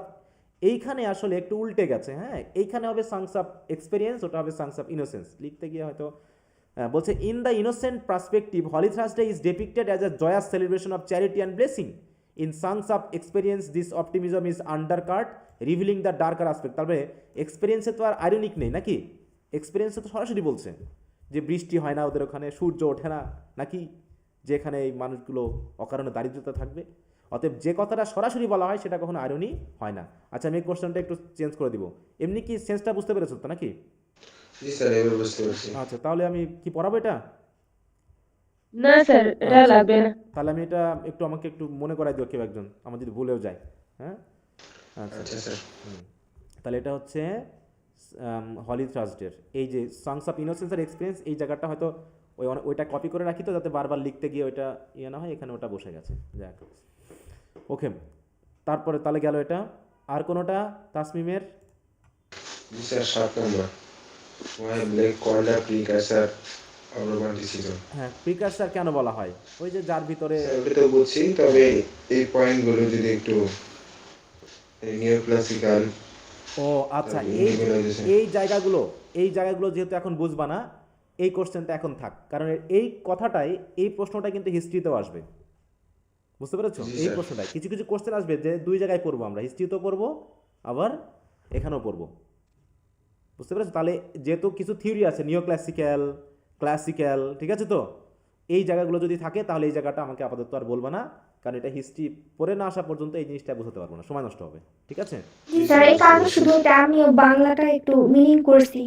Bangla দিয়ে বুঝবা না, শুধু বাংলা দিয়ে সেন্সটা বোঝা যাবে না, ওখানে কিছু ফিচার আছে, হ্যাঁ, সেই অত ফিচারগুলো বুঝতে পারিনি, কিন্তু হ্যাঁ হিস্টোরিটা না পড়লে তো ভালো বোঝা যাবে না। হ্যাঁ, হিস্ট্রিটা বুঝতে হবে। আচ্ছা, তাহলে এটা তাহলে বাদ রাখলাম, ঠিক আছে? মানে ক্লাসিক্যাল বা এই জাতীয় থিওরিগুলো যেগুলো আসছে, কারণ ওখানে রোমান্টিক সিজম এবং ক্লাসিসিজমের মধ্যে একটা ডিফারেন্স দেখানো হবে হিস্ট্রিতে। ওইটা যখন বুঝবে তখন দেখবে যে এই কোশ্চেন তুমি অটোমেটিক বুঝে যাচ্ছ। এই জন্যই বলা হয় কি জানো, যে কোশ্চেন আনসারটা কমপক্ষে একটা ইয়ারের 6 মাস পড়ার পরে পড়া উচিত। তাহলে কারণ জি কি, স্যার। এমন কিছু বিষয় আছে যেটা তুমি এখন বুঝতেছো না, কিন্তু আজ থেকে 3-4 মাস পরে এমন একটা টপিক হয়তো বা বুঝবা, তখন দেখবা যে ওটা চুম্বকের মতো তুমি ওটা বুঝে যাচ্ছ, কারণ ওটা ওর সাথে রিলেটেড। এই জন্য প্রথম দিকে কঠিন মনে হলেও দেখবা যে একটা জিনিস শেষের দিকে কি ইজি হতে থাকে না, আস্তে আস্তে ইজি হতে থাকে। কারণ কি, তোমার চিন্তাভাবনার সেন্সটা ব্রড হয়ে যাচ্ছে, অতএব অনেক অজানা জিনিস তুমি জানতে শিখতেছো, এবং অটোমেটিক আমাদের ব্রেন খাপে খাপে মিলিয়ে নেয়। খাপে খাপ বুঝো? ওইরকম মনে করো এখন একটা জিনিস শিখতেছি, সেটা কোন জায়গায় প্রয়োজন, ব্রেন অটোমেটিক সেই খাপের জায়গায় মিলিয়ে দিবে, যে ওটা ওই জায়গায় প্রয়োজন, ওটা ওই জায়গায় প্রয়োজন, ওটা ওই জায়গায় প্রয়োজন। তো এই জন্য অনেক কিছু জিনিস থাকবে, প্রথমে একটু কঠিন লাগবে, কিন্তু আস্তে আস্তে ওটা ইজি হয়ে যাবে। আমি না আচ্ছা, প্রতিবার এভাবে ইংরেজি ইউজ করি না। থিওরি জিনিসটা বাদ দিবা, ঠিক আছে? একটু সমস্যা থিওরিটা হচ্ছে। বাদ দিবা, দিয়ে আলোচনা করবা। আচ্ছা, তাহলে এবার হচ্ছে রুহির ছিল 8 নম্বর কোশ্চেন, জি স্যার, আজই ওখানে মিস্টিসিজম। Personal methodology. মিস্টিসিজম 3 নম্বর পয়েন্ট। কত ও 3 নম্বর পার্সোনাল পয়েন্ট। মিথোলজি নাকি? আমরা তো মিথোলজি বলতে মেইনলি ওই যে গ্রিক মিথোলজি বা হচ্ছে রোমান পুরাণ। মিথোলজি বুঝিয়ে, তাই না? হ্যাঁ, কিন্তু কিছু কিছু কবি আছেন যারা নিজেরাই কিছু মিথোলজিক্যাল থিওরি তৈরি করেছেন নিজেদের স্বার্থে, কথা বুঝছো? এগুলো অন্য কোনো জায়গা থেকে নিয়ে আসা না। এটা কি আমি কই দেখি এতে মনে একটু মিউট রাখতে হবে। আছে আব্দুল্লাহ হাসান। আচ্ছা, তাই বলছে যে পার্সোনাল মিথোলজি মানে হচ্ছে মিথোলজির মতো কিছু ক্যারেক্টার নিজে তৈরি করে নেওয়া, ঠিক আছে? এই দেখো, জি স্যার। হ্যাঁ তাই বলছি এখানে দেখো, Blake develops a complex personal mythology populated by a cast of characters. Cast of মানে কি? Group of characters including Los, Urizen, Orc. আমি মনে হয় কয়েকটা দেখে, ইউরিজেন নামে একটা জিনিস দেখেছিলাম তোমাদের মনে হয় নাকি, একটা বৃদ্ধ মানুষের দেখাইছিলাম না? জি স্যার হ্যাঁ, দেখেছি। প্রথম বর্ষে। যে তিনি মানে গডে কে বোঝাচ্ছেন না, কিন্তু ওইরকম একটা শক্তিকে বোঝাচ্ছেন। যেমন হিন্দু ধর্মীয় কিছু মিথোলজিক্যাল ক্যারেক্টার আছে যেখানে একই দেবতার বিভিন্ন রকমের রূপ বা চরিত্র নাকি বলা হয়ে থাকে। বা যেমন কালী একটা শক্তিকে রিপ্রেজেন্ট করে, সরস্বতী একটা শক্তিকে রিপ্রেজেন্ট করে, তাই না? এরকমভাবে বিভিন্ন দেবী বা দেবতা ভিন্ন ভিন্ন শক্তিকে রিপ্রেজেন্ট করে এক গডের। ব্যাপারটা ঠিক এরকম। ঠিক ওইরকম কিছু চরিত্র তিনি তৈরি করে নিয়েছেন, যদিও আমরা যে কয়টা কবিতা পড়েছি এর ভিতরে ওগুলো নাই, এই জন্য এই কথাগুলো আসেনি। বলছে this mythology serve as a framework for expressing his mystical insights and understanding of the cosmic and spiritual order. Cosmic মানে কি বলো তো? কসমিক মানে কি? মহাজাগতিক। হ্যাঁ, জাগতিক, তাই তো, মহাজগৎ সম্পর্কে, তাই তো, সূর্য তারা নক্ষত্র সব কিছু মিলে। তাই বলতেছে যে তার এরকম কিছু মিথোলজিক্যাল ক্যারেক্টার আছে যে ক্যারেক্টারগুলো কসমিক এবং স্পিরিচুয়াল অর্ডার নিয়ে তার যে আন্ডারস্ট্যান্ডিং, তার যে থিওরি, সেইগুলো বুঝতে আমাদেরকে সাহায্য করে যদি আমরা এই ক্যারেক্টারগুলো সম্পর্কে আমরা জানি। কিন্তু যেহেতু আমাদের ওগুলোর এখন প্রয়োজন হচ্ছে না, দরকার নাই। The characters and narratives in Blake's works are allegorical representation of spiritual concept and force. অর্থাৎ তার যে কবিতাগুলো আছে, এই আমরা শিশু বলি, এই ল্যাম্ব বলি, এই টাইগার বলি, তাই না? এগুলো কি? এগুলো হচ্ছে allegorical representation of spiritual concept, মানে গডের শক্তি, তাই না? আমরা যেমন টাইগার এবং ল্যাম্ব দিয়ে কি বুঝলাম, কি বোঝাতে চাইলেন আসলে তিনি? এই যে তিনি ইনোসেন্সের টাইগার কবিতা আর হচ্ছে ইনোসেন্সের ল্যাম্ব আর এক্সপিরিয়েন্সের টাইগার কবিতাটা ইউজ করলেন, এটা দিয়ে আসলে তিনি কি বোঝাতে চাইলেন বলো? মানুষের মাঝে স্যার হ্যাঁ, যে একই গডের দুই রকম শক্তি নাকি? কারণ তিনি দুইটা জিনিসকে তিনিই বানিয়েছেন। তাহলে বলছেন তোমাকেও যে বানিয়েছে, যে ল্যাম্ব তোমাকেও যে বানিয়েছে, তাই তো, টাইগারকে প্রশ্ন করতেছে তোমাকে কি সে বানিয়েছে, এরকম একটা প্রশ্ন। তার মানে যে যেমন চরিত্রের সে তো তেমন জিনিসই তৈরি করবে, তাই না? অতএব গড শক্তিরও প্রতীক, আবার গড নম্রতারও প্রতীক, ঠিক আছে তো? সেটাকে বোঝাতে তিনি চরিত্র ইউজ করেছেন, যে to contrary aspects of human soul বোঝানো হচ্ছে, তাই না?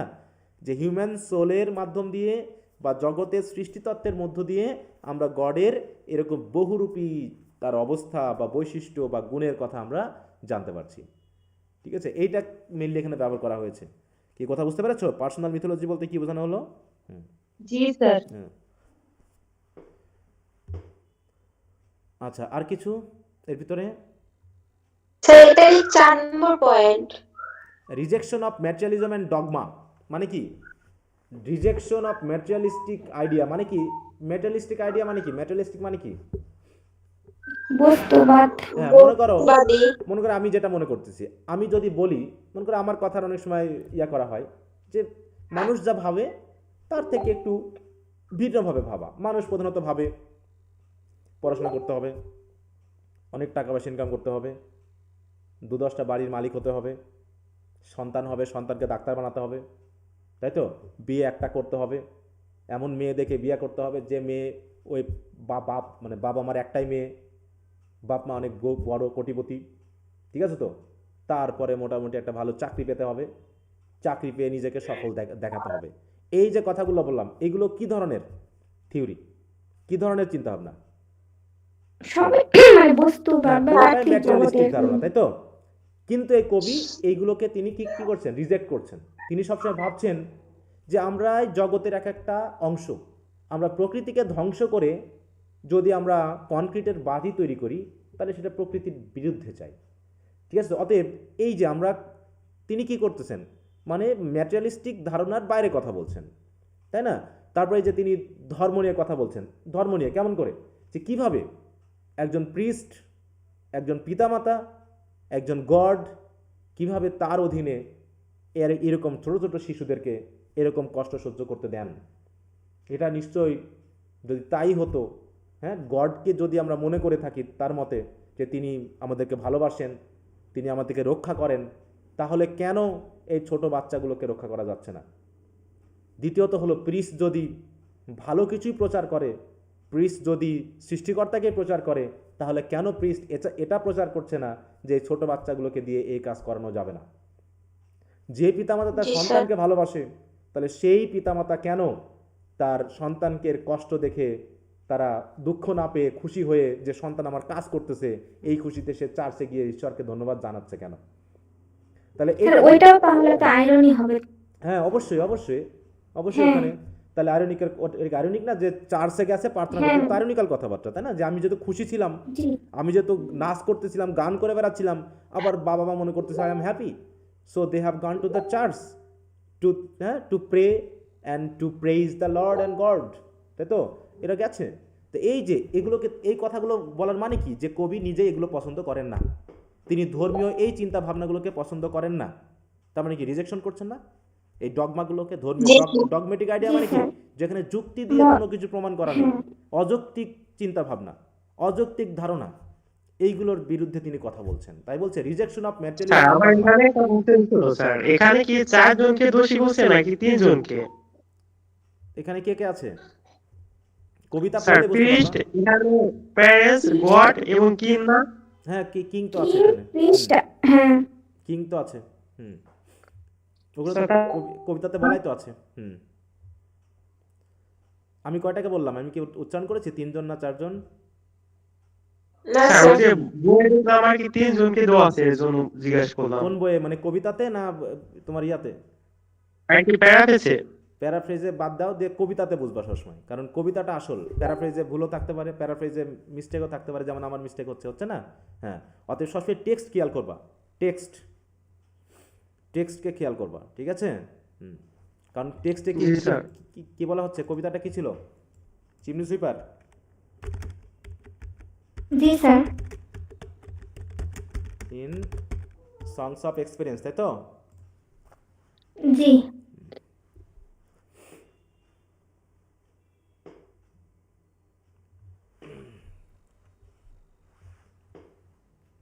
গড, প্রিস্ট আর কিং, এই তিনজনের কথাই তো হ্যাঁ, বলছিলাম। দেখো যে কি করছে, যে তারা প্রার্থনা করতে গেছে কার কাছে? দেখো, গডের গড, কাছে। Priest and king. কিন্তু এই 3 জনের প্রশ্নটা একটু মিস্টেক হয়েছে, যে হেভেন অফ মিজারি তৈরি করেছে কারা? বলো, এই হু দিয়ে কাদেরকে বোঝানো হচ্ছে?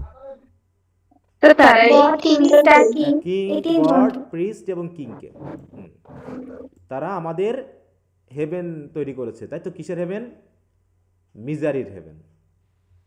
স্যার তাহলে তো এখানে পিতামাতারও দোষ ছিল, তো এটা কি দিতে পারবো? সেটা তো অবশ্যই, যখন তাদের সাফারিং এর জন্য তো সবাই দায়ী, কিন্তু কবিতা মতে এইখানে মিজারির হেভেনটা কারা তৈরি করতে পারে? পিতামাতা কি সমাধান করতে পারে এই জায়গাতে? না না স্যার, না, মানে বোঝাইছে যে প্রিস্ট তো চাইলে পিতামাতাকে বলতে হ্যাঁ, পারতো, পিতামাতাকে বলতে মানে পারতো। তাদের হ্যাঁ হ্যাঁ, রাজা চাইলে আপনার আইনটা সন্তান তৈরি করতে পারতো, তাই হ্যাঁ না? এই কারণে। গড চাইলে এরকম সিস্টেমটা পৃথিবীতে না নিতে পারতো। পিতামাতা তো জি স্যার এখন বুঝেছি। জি স্যার, অ্যানোটেশন আর ডেভেলপমেন্ট থটে এগুলো নিয়ে আছে, পড়লেই বোঝা যাবে এটা। সবাই এর জন্য দায়ী, পিতামাতাও এর জন্য দায়ী। তারা তো বুঝতে পারতো, তাই না, যে আমাদের সন্তান কষ্ট পাচ্ছে, তাহলে আমি এখান থেকে যাব না। কিন্তু হেভেন অফ মিজারি তৈরি করছে কে? সেটার কবিতা মতে এখানে দেওয়া হয়েছে, কিন্তু সবাই তো এর জন্য দায়ী। হ্যাঁ, এটা খেয়াল করবা যে টেক্সটকে কিভাবে বলা হচ্ছে বা কি অংশটুকু আছে। টেক্সট সবচেয়ে বেশি জরুরি এই জায়গায়। টেক্সট পড়বা, তুমি ব্রিফ কোশ্চেন কমন পাবা, ব্রড কোশ্চেন লিখতে পারবা, সব কিছু তুমি ভালো মতো বুঝবা। কিন্তু টেক্সট না পড়ে তুমি আজীবন, সারা জীবন তুমি সামারি পড়ে যাচ্ছ 2-4টা বই থেকে, লাভ হবে কম। আচ্ছা, তো এই হলো ব্যাপারটা। আর কিছু?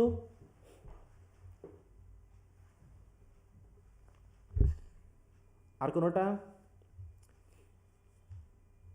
Sir point number 1, 8 number question. 8 নম্বর কোশ্চেনের পয়েন্ট নাম্বার 1, হ্যাঁ ওখানে আছি আমরা। এটা জি স্যার। কি বলতে আছে? ভিশনারি ইমাজিনেশন মানে কি? স্যার ওই যে হিজ ফেমাস কোট, এই জায়গা থেকে স্যার শুধু এইটুকু। এখানে কি বলতে আছে? আবার একটু আগেরটুকুর সাথে মিলিয়ে নিয়ে পড়তে হবে। বলছে Blake's mysticism is closely tied to his visionary imagination. Visionary imagination কেন? ভিশনারি দূরদর্শী হ্যাঁ দূরদর্শী হ্যাঁ, ভিশনারি ইমাজিনেশন মানে হচ্ছে তিনি মোটামুটি কল্পনার জগৎ দিয়ে, তাই তো, একটা দর্শন তৈরি করেছিলেন। তিনি মনে করতেন যে ওটা ওইভাবে হওয়া উচিত। হ্যাঁ, তাই বলছে he believed in the transformative power of imagination as a means of perceiving spiritual truth and transcending the limitation of the material world. ঠিক আছে তো? হ্যাঁ, দেখো বলছে কি যে তার মানে তিনি কল্পনাতেই, মানে কল্পনাকে এমন একটা শক্তি হিসেবে ব্যবহার করেছেন যে শক্তি দিয়ে কি করতে পারবেন, স্পিরিচুয়াল ট্রুথকে তিনি পারসিভ করতে পারবেন এবং transcending the limitation of the material world, এবং ম্যাটেরিয়াল ওয়ার্ল্ডের যে লিমিটেশনটা আছে সেই লিমিটেশনটাকে তিনি ভেদ করতে পারবেন। ভেদ করে যাওয়া মানে কি? পেরিয়ে যাওয়া। দেখো আমরা যখন এই সাধারণ কথাবার্তাগুলো বলি তখন মানুষজন এই কথাগুলোই বলবে যে এ মনে হয় পাগল হয়ে গেছে, এ সাধারণ কথাবার্তা বলে না, তাই তো, স্বাভাবিক কথাবার্তা বলে না। কেমন ব্যাপারটা? এরকম যে মনে করো তুমি জাস্ট কাজ করতেছো, টাকা পয়সা ইনকাম করতেছো আর ব্যয় করতেছো। ঠিক আছে, তোমাকে যখন কেউ জিজ্ঞাসা করতেছে তখন হয়তো তুমি এই থিওরি দিচ্ছ যে এত টাকা পয়সা দিয়ে কি হবে। ঠিক আছে তো, পৃথিবীতে আর কয়দিন আছি, হয়েইতে গেল বয়স। আমরা এখন ব্যয় করব, ছেলে মেয়েদের জন্য ব্যয় করে যাব, তারপর ছেলে মেয়ে যখন মানুষ হবে তখন দেখা যাবে, তাদের জীবন তারা বুঝে নেবে। এই কথাটাকে অস্বাভাবিক ভাবা হবে না স্বাভাবিক ভাবা হবে আমাদের সমাজে? বলো কি? স্যার এটা তো অস্বাভাবিকই ভাবা হবে। হ্যাঁ, এটা অস্বাভাবিক ভাবা হবে যে তাই হয় নাকি? হ্যাঁ, টাকা পয়সা জমাবা, জমি জায়গা কিনবা, বাড়ি ঘর বানাবা, ছোলপোল তো বিয়ে শাদী দিতে হবে, তাই তো, তাদেরও তো থাকতে হবে। জি তাহলে স্যার। তাহলে তারা কি করবে? তুমি যদি তোমার ছোলপোলের জন্যই ভেবে সারা জীবন কষ্ট করে এত কিছু করো, তা সে কি করবে বলো? সে তো তোমার অপচয় করবে, তোমার তো নষ্ট করবে। জি স্যার। এটা তো নষ্টই হচ্ছে। কারণ কি, আমার মনে করো আমি গরিব, আমার বাড়ি ঘর নাই, তাই আমি কষ্ট করে চেষ্টা করতেছি একটা বাড়ি ঘর বানাবো, তাই তো, এখানে থাকতে হবে, শান্তিতে থাকবো, একটু ভালো খাবার খাবো, পোশাক আচ্ছাদন করব। হ্যাঁ, এইভাবে আমি করতেছি। এবার সে তো মোটামুটি বাড়ি পেয়ে গেছে, তাহলে সে কিসের জন্য করবে বলো? সে তখন কিসের জন্য করবে পরিশ্রম? তার পরিশ্রম করার দরকার আছে না। নাকি? আমি করেছি হয়তো 3 তালা, সে করতে চাইবে 25 তালা নাকি? কারণ সে ভাববে তারও তো সোলপোল আছে, তাকেও তো একটু ভালো কিছু দিয়ে যেতে হবে, আমার নাতিপুতি খাবে দাবে ঘুরবে, তার আনন্দে থাকবে, মজায় থাকবে, এইভাবে দিয়ে যেতে হবে। তাহলে প্রথমত আমার বাবা মায়ের কিছুই ছিল না, সেটা ভেবে আমি ভাবলাম যে আমি চাকরি করব, আমি একটা বাড়ি বানাবো যেখানে আমার বাবা মা থাকবে, আমি থাকবো, আমার সন্তানেরা থাকবে। তা করে দিলাম বাড়ি 10 তলা। ভালো কথা, কষ্ট মষ্ট করে, না খেয়ে না দে, ঋণ টিন করে বাড়ি একটা বানাই ফেললাম।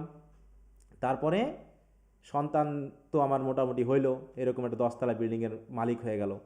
এখন সন্তান সে কি ভাবতে পারে? দুটা জিনিস ভাবতে পারে, আমার তো আছেই, এত পরিশ্রম করে আর লাভ কি নাকি? বাপের থাকতে এত পরিশ্রম করে কাজ আছে, তাহলে আমার বাপের ছিল না তাই আমি করেছি। আমার সোল ভাববে আমার বাপের তো আছে, আমার পরিশ্রম করে লাভ কি? তাহলে যার সম্পদ আছে এরকম সন্তানের মানুষ হওয়ার পরিমাণটা কিন্তু খুব কম সমাজে। কথা বুঝতে পেরেছো? জি স্যার। হ্যাঁ, এটার পরিমাণটা কিন্তু কম। তাহলে তুমি অবশ্যই তোমার সন্তানের জন্য তুমি ভাববা, তুমি করবা, কিন্তু কতটুকু করবা, কতটুকু ভাববা? তুমি কি ওই পান্তা ভাতে 1 চিমটা লবণ দেওয়া দরকার সেটাও দিবা না, এটা ভেবে যে লবণটা বেশি ব্যয় হয়ে যাবে, আমার সন্তানের জন্য রেখে যাই। কিন্তু ওই সন্তান তোমার সম্পদকে ওইরকম কেজি দরে লবণ নষ্ট করবে তার জীবনে।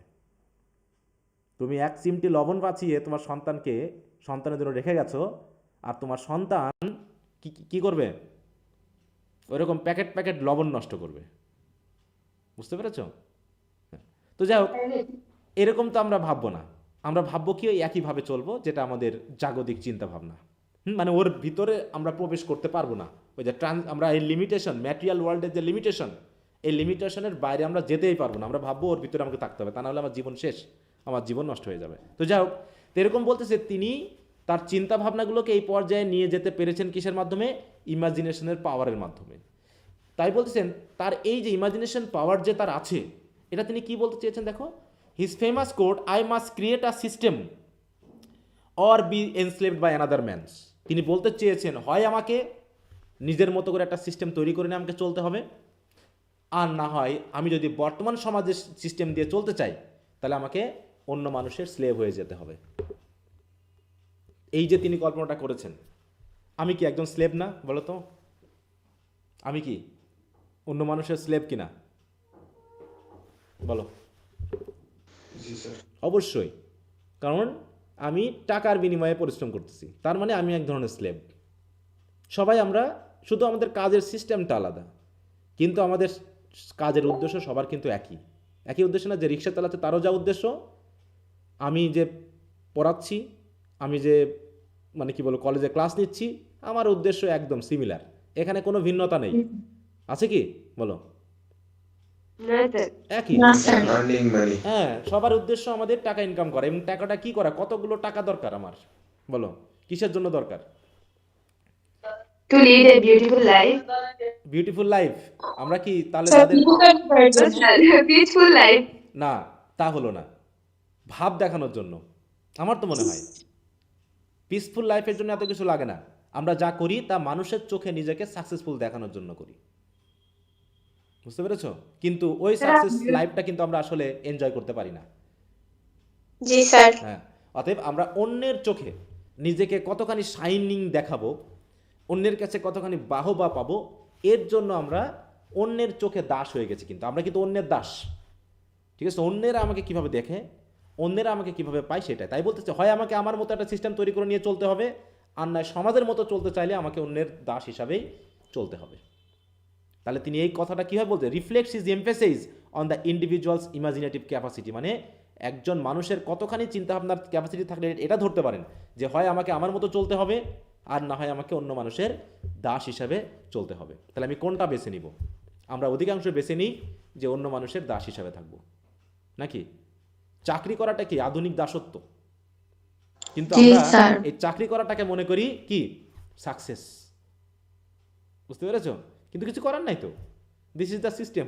হ্যাঁ, কিছু করার নেই, কারণ ওটাকেই মানুষ সফল বলে মনে করছে, অতএব আমাকে তাই হতে হবে, কারণ আমি মানুষের চোখে সফল হতে চাই, বুঝতে পেরেছো? এই যে বললাম না যে আমি জানি যে সততা ভালো, সৎ থাকতে হবে, ঘুষ খাওয়া যাবে না, কিন্তু সমাজের চোখে কোনটা ভালো? যার অনেক টাকা আছে সে কিভাবে ইনকাম করলো তা দেখার বিষয় না, বুঝতে পারছো? অতএব সমাজের মাথা সেই যে অবৈধ উপায়ে অনেক টাকা ইনকাম করেছে, সমাজ তাকে ভালো বলে জানে, তাহলে সমাজ যেহেতু তাকে ভালো বলে জানে, তাহলে তো আমাকে সমাজের চোখে ভালো হতে হচ্ছে, তাহলে আমারও ওই একই কাজ করে অনেক টাকা ইনকাম করতে হবে, নিজের পরিশ্রম হোক, না ঘুমিয়ে না খেয়ে না দেয়ে হোক, আমাকে আমার টাকা ইনকাম করতে হবে। তাহলে আমি কি আসলে আমি কি আমার মতো চলছি না আমি দাস হয়ে গেছি অলরেডি? বলো, আমি তো অন্যের দাস হয়ে গেছি, অন্যের চিন্তা ভাবনার দাস, সফলতা নামক একটা বিশেষ মূলা আছে তার দাস, বুঝতে পারছো? মানুষের বাহবা পাওয়ার দাস, আর সর্বোপরি তো টাকা ইনকামের এবং সম্মানের দাস।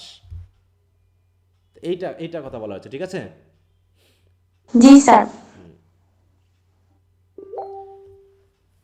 মানে মূল কথা হলো আমাদের চিন্তা ভাবনাটাকে একটু ব্রড করে দিতে, তিনি কি বলতে চাচ্ছেন এই জায়গায়, যে দেখো I must create a system, তাহলে আমাকে হয় আমার জন্য একটা সিস্টেম তৈরি করতে হবে, অর বি এনস্লেভড, মানে কি I must be enslaved by another man's, অন্য মানুষের দ্বারা আমাকে এনস্লেভড হতে হবে, মানে অন্য মানুষের সিস্টেম দ্বারা আমাকে এনস্লেভড হতে, মানে ম্যানস বলা হয়েছে কেন, অ্যাপোস্ট্রফি কেন ইউজ করেছে? কিন্তু অ্যাপোস্ট্রফি একটা systems by another man's system, মানে অন্য মানুষের সিস্টেম দ্বারা আমাকে দাস হতে হবে, হয় আমাকে আমার সিস্টেম আমাকে চলতে হবে, না অন্য মানুষের সিস্টেম দ্বারা আমাকে তার মতো চলতে হবে, এছাড়া তো আর পৃথিবীতে কোনো উপায় নেই। অতএব এর থেকে বার হতে হলে আমার মতো সিস্টেম করতে হবে। আচ্ছা, ঠিক আছে। জি স্যার।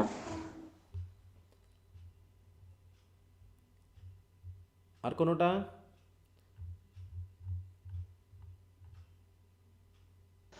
না স্যার, এখানে মোটামুটি সব একই দেওয়া আছে।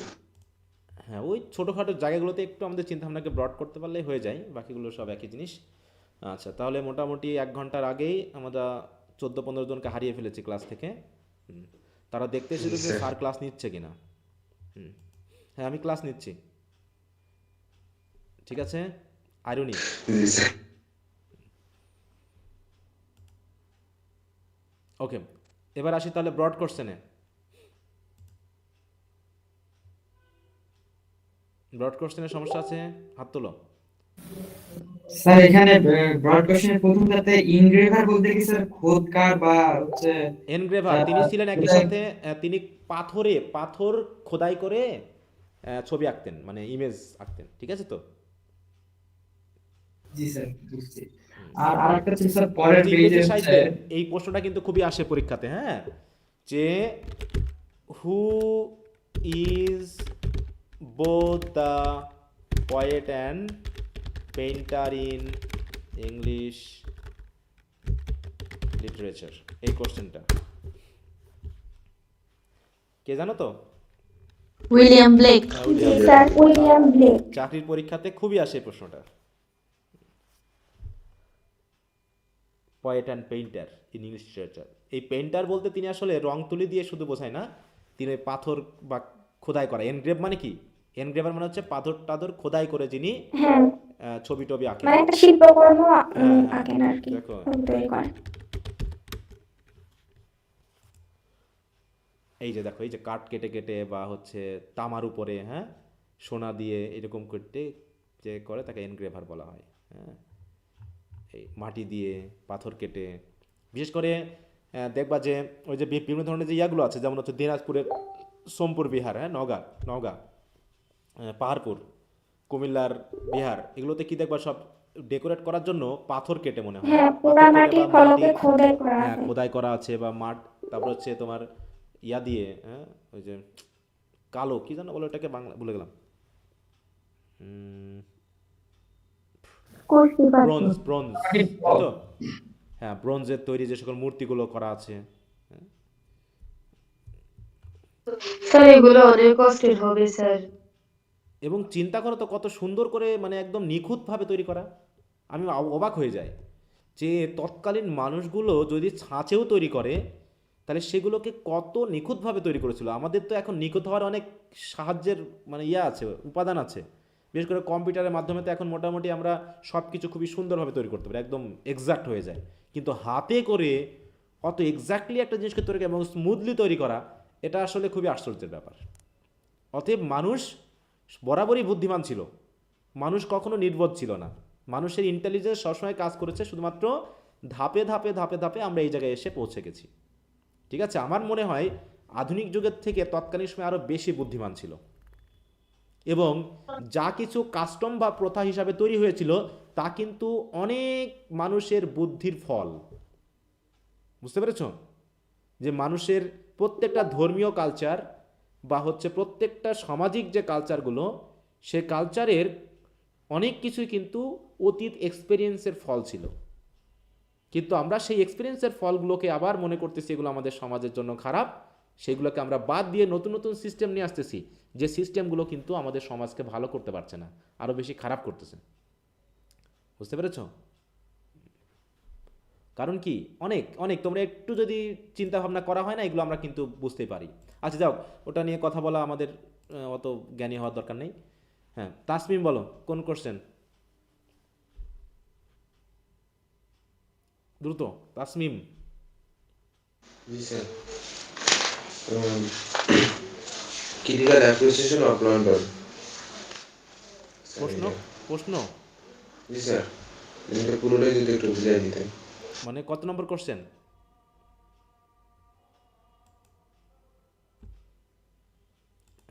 কি হলো স্যার মূলত এটা হচ্ছে 3 number question, important question for final exam 2024।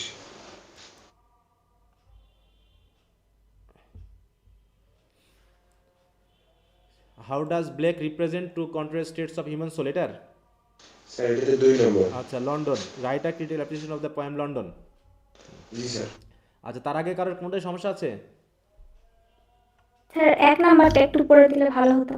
অত খুব বেশি সমস্যা নেই, কিন্তু স্যার একটু এক পড়ে দিলে নম্বরে ভালো হতো। হচ্ছে এক নম্বরে তৃতীয় পেজের থার্ড স্ট্যান্ডার্ড একটু দেখবেন।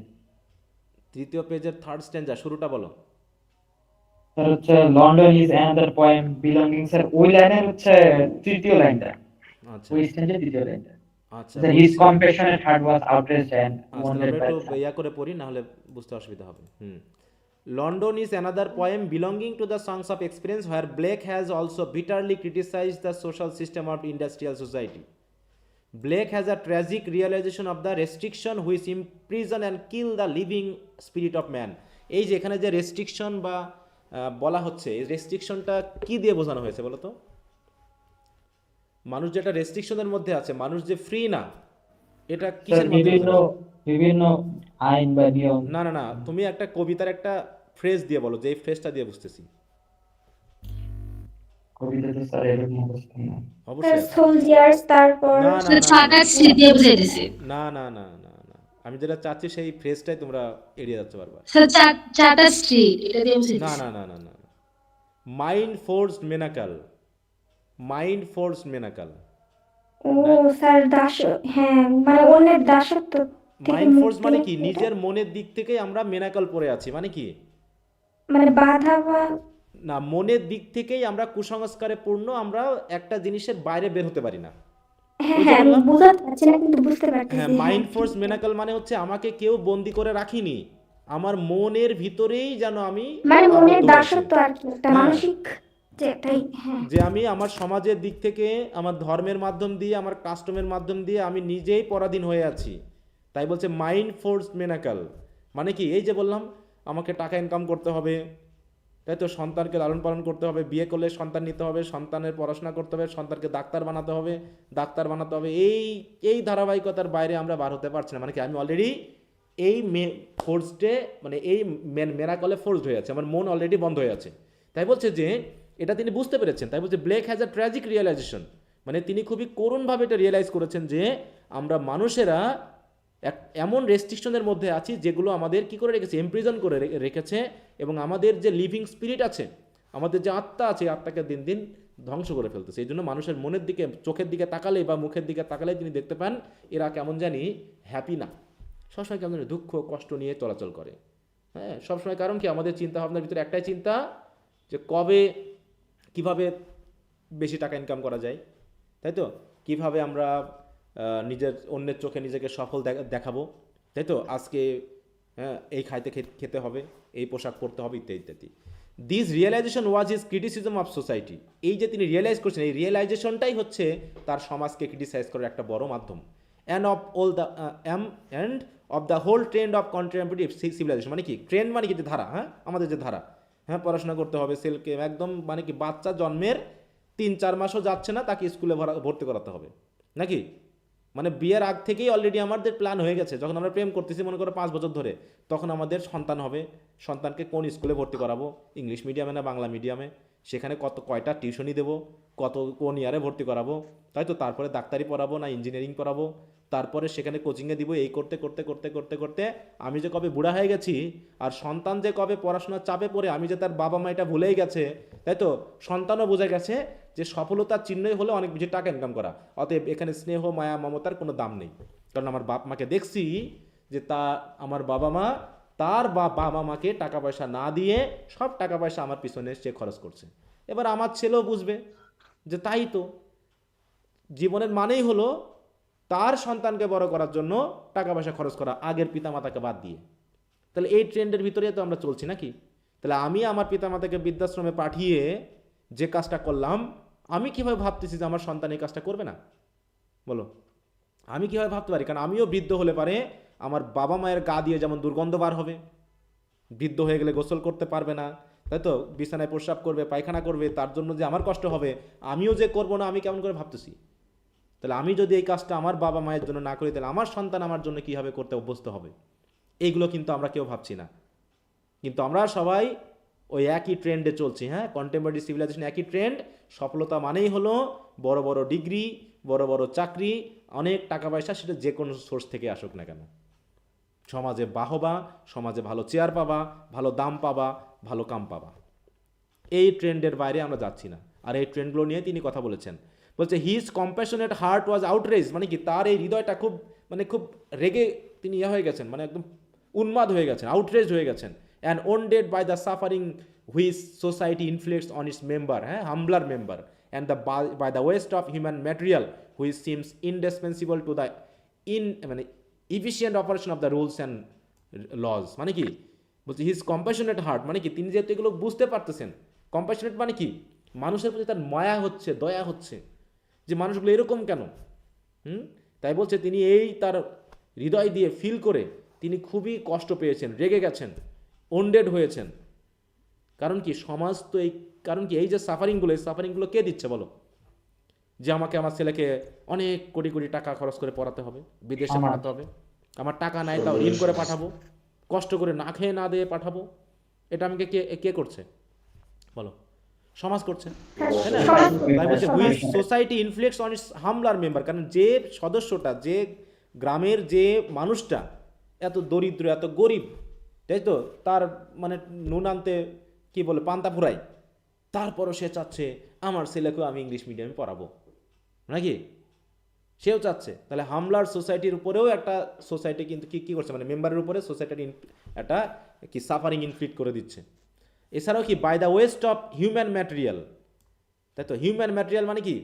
By the waste of human material মানে কি মানুষ যেমন হওয়ার কথা ছিল সেই মানুষ সেটা নষ্ট হয়ে যাচ্ছে, দিয়ে মানুষ হয়ে যাচ্ছে যন্ত্র।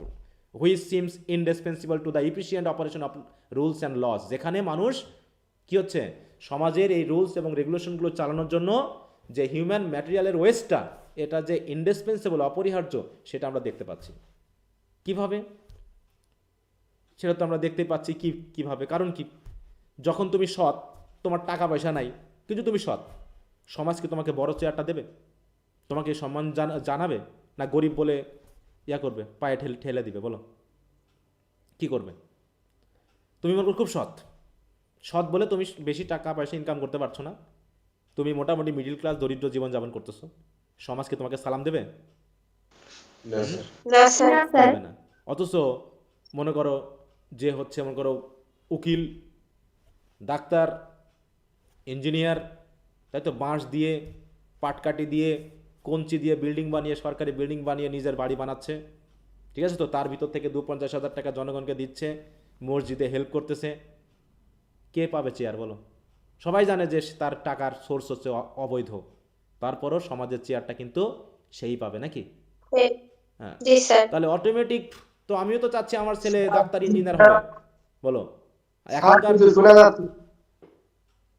হ্যাঁ বলো, কিছু শোনা যাচ্ছে না। এটা মনে হয় তোমার ওখানে সমস্যা, হ্যাঁ নাকি সবার সমস্যা? না স্যার আমরা শুনতে পাচ্ছি। তাহলে তোমার ওখানে মনে হয় সমস্যা। তাই বলছে in the very beginning of the poem the poet gives his own view of that liberty on which his country men prided himself, and he exposes the ugly and indisputable facts. এই যে এই কথা তিনি বলতে চাচ্ছেন, তাই তো, এভাবে তিনি বলতে চাচ্ছেন যে এইগুলো দেখার মাধ্যমে তিনি বুঝতে পেরেছেন যে মানুষ নিজের ভিতর থেকেই আসলে তারা বন্দী হয়ে আছে।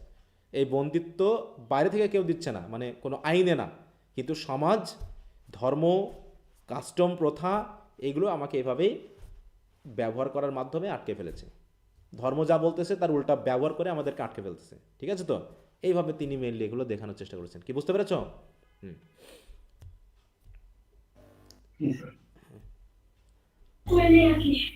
স্যার এটার উপরের প্যারাটাতে এখানে যে সংস অফ ইনোসেন্স বলছে, এটা এক্সপেরিয়েন্স হওয়ার কথা না? কোন জায়গায়?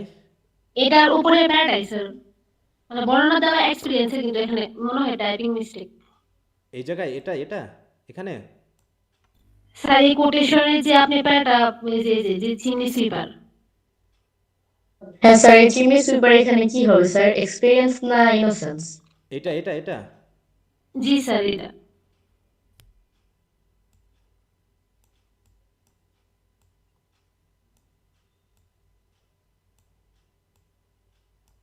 একদম উপরে নাই। হ্যাঁ বুঝতে পারছি।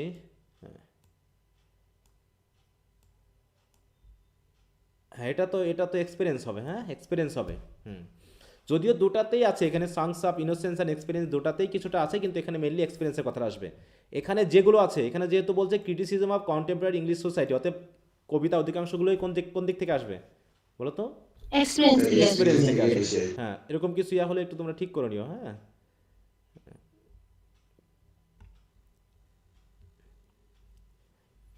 আচ্ছা, তো আর আর কোনো জায়গাতে এগুলো ঘুরে ফিরে সব একই জিনিস, একই জিনিস, হ্যাঁ। স্যার 2 নাম্বার কোশ্চেনে প্রবলেম ছিল। 2 নম্বরে কোন জায়গায়? 2 নাম্বার কোশ্চেনে থার্ড প্যারাটা এইটা? এখানে হচ্ছে, হ্যাঁ, ইনোসেন্স আর এক্সপেরিয়েন্সের সঙ্গে বাইবেলের ওল্ড টেস্টামেন্ট আর নিউ টেস্টামেন্টের যে কানেকশন করছে এটা আমি বুঝতে পারি নাই। হ্যাঁ, মানে এখানে দেখানো হচ্ছে ওল্ড টেস্টামেন্টে গড ছিলেন একটু রুক্ষ এবং খুবই মানে কি হার্ড আর কি, রুক্ষ বা হার্ড। তিনি অপরাধকে সরাসরি প্রতিবাদ করেছেন এবং তাদের শাস্তি দিয়েছেন আর কি। ঠিক আছে, তো আমরা যেহেতু মনে করি যে Jesus Christ is god himself, তাই তো, ট্রিনিটি মতে, তো সেই হিসাবে নিউ টেস্টামেন্ট পড়লে দেখা যাবে যে জিজাস ক্রাইস্ট পুরো একদম ল্যামের মতো। তিনি কোনো রকম কোনো রুক্ষতা দেখাননি, মানে তার জীবন দশায় বা বাইবেলের এমন কোনো জায়গা নেই যেখানে তিনি রুক্ষতা শো করেছেন বা তিনি অপরাধীদেরকে কঠিন ভাষায় শাস্তি দিয়েছেন বা তিনি তাদেরকে করেছেন, এটা বলা হয়নি। কিন্তু ওল্ড টেস্টামেন্ট পড়লে দেখবা যে আগুন দিয়ে পুড়িয়ে দিয়েছে কিছু কিছু দেশ।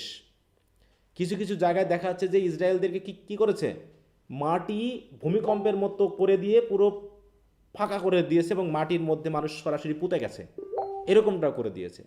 ঠিক আছে, তো তো এরকম এই জায়গাতে মানে আমরা দেখতে পাবো যে যে দুইটা ব্যাপারটাকে আমরা কিন্তু এই ইনোসেন্স এবং এক্সপিরিয়েন্সের যে ব্যাপারটা, সেই জায়গায় আমরা দেখাবো যে কোনটা কি বিষয়টাকে নির্দেশ করছে।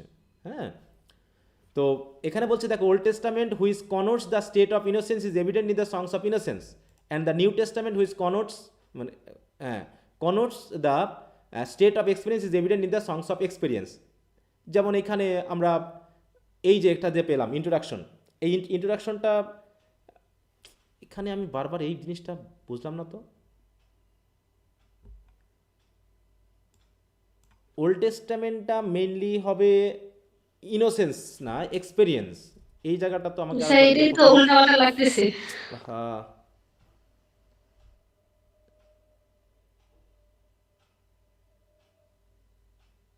আচ্ছা, আমাকে এই শিট তোমাদের এই শিটগুলো আমাকে একটা আবার একটু স্ক্যান করতে হবে, ঠিক আছে। হ্যাঁ, কারণ জিজাস ক্রাইস্টকে ল্যামের সাথে তুলনা করা হয়েছে, এখানে তো এক্সপেরিয়েন্স হবে না, ইনোসেন্সের সাথে হবে এটা, ওটা এক্সপেরিয়েন্সের সাথে হবে।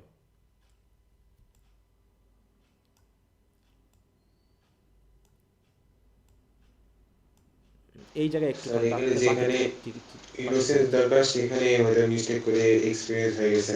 হ্যাঁ হ্যাঁ, এই জায়গাগুলোতে লিখতে গিয়ে দেখা যাচ্ছে দ্রুত করতে গিয়ে অনেক সময় এলোমেলো হয়ে যায়, কারণ বড় বড় প্রশ্ন তো অনেক সময় দেখা যাচ্ছে রিভিশন আর দেওয়া হয় না।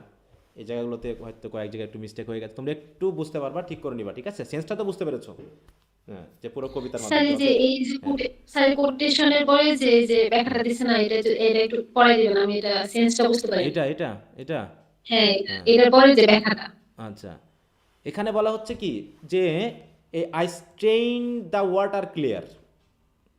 স্ট্রেইন দ্য ওয়াটার ক্লিয়ার মানে কি, পরিষ্কার করা। ওই যে আমি বললাম না, আমি তো কবিতার সময় একটা উদাহরণ দিয়েছিলাম যে ওই গ্রামের মেয়েরা যখন নলকূপ ছিল না, তখন কি করতো, ওই পুকুরের পানি, তাই না, একটু এদিক ওদিক সরিয়ে পরিষ্কার করে কলসে ঢেকে দুধ তুলে নিত। তো ওইরকম এখানে তিনি বলতে চাচ্ছেন স্টেইন দ্য ওয়াটার ক্লিয়ার মানে হচ্ছে যে তিনি যে বিষয়টাকে, এখানে পানিকে কিন্তু কালি হিসাবে তিনি ইউজ করছেন, তাই তো, আর ওই নলখাগড়াকে তিনি পেন হিসাবে ইউজ করেছেন। তাহলে এখানে এই পানি বলতে কি বোঝানো হচ্ছে আসলে এই জায়গায়? পানির মতো প্রবাহিত, হ্যাঁ, পরিষ্কার পরিচ্ছন্নতা কোনো কিছু, তাই তো, বিশেষ করে তার চিন্তা ভাবনাগুলোকে।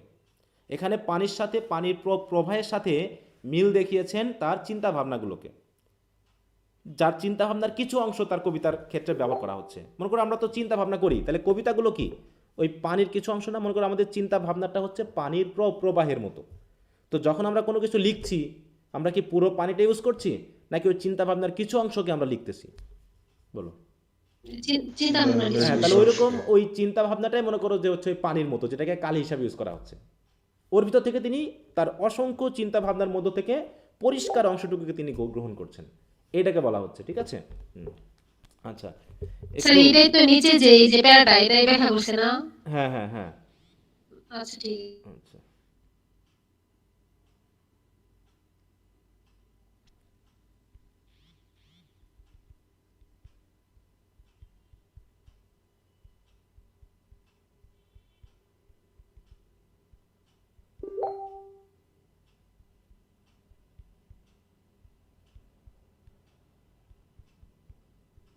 তবে একটু ক্লাস আছে তো।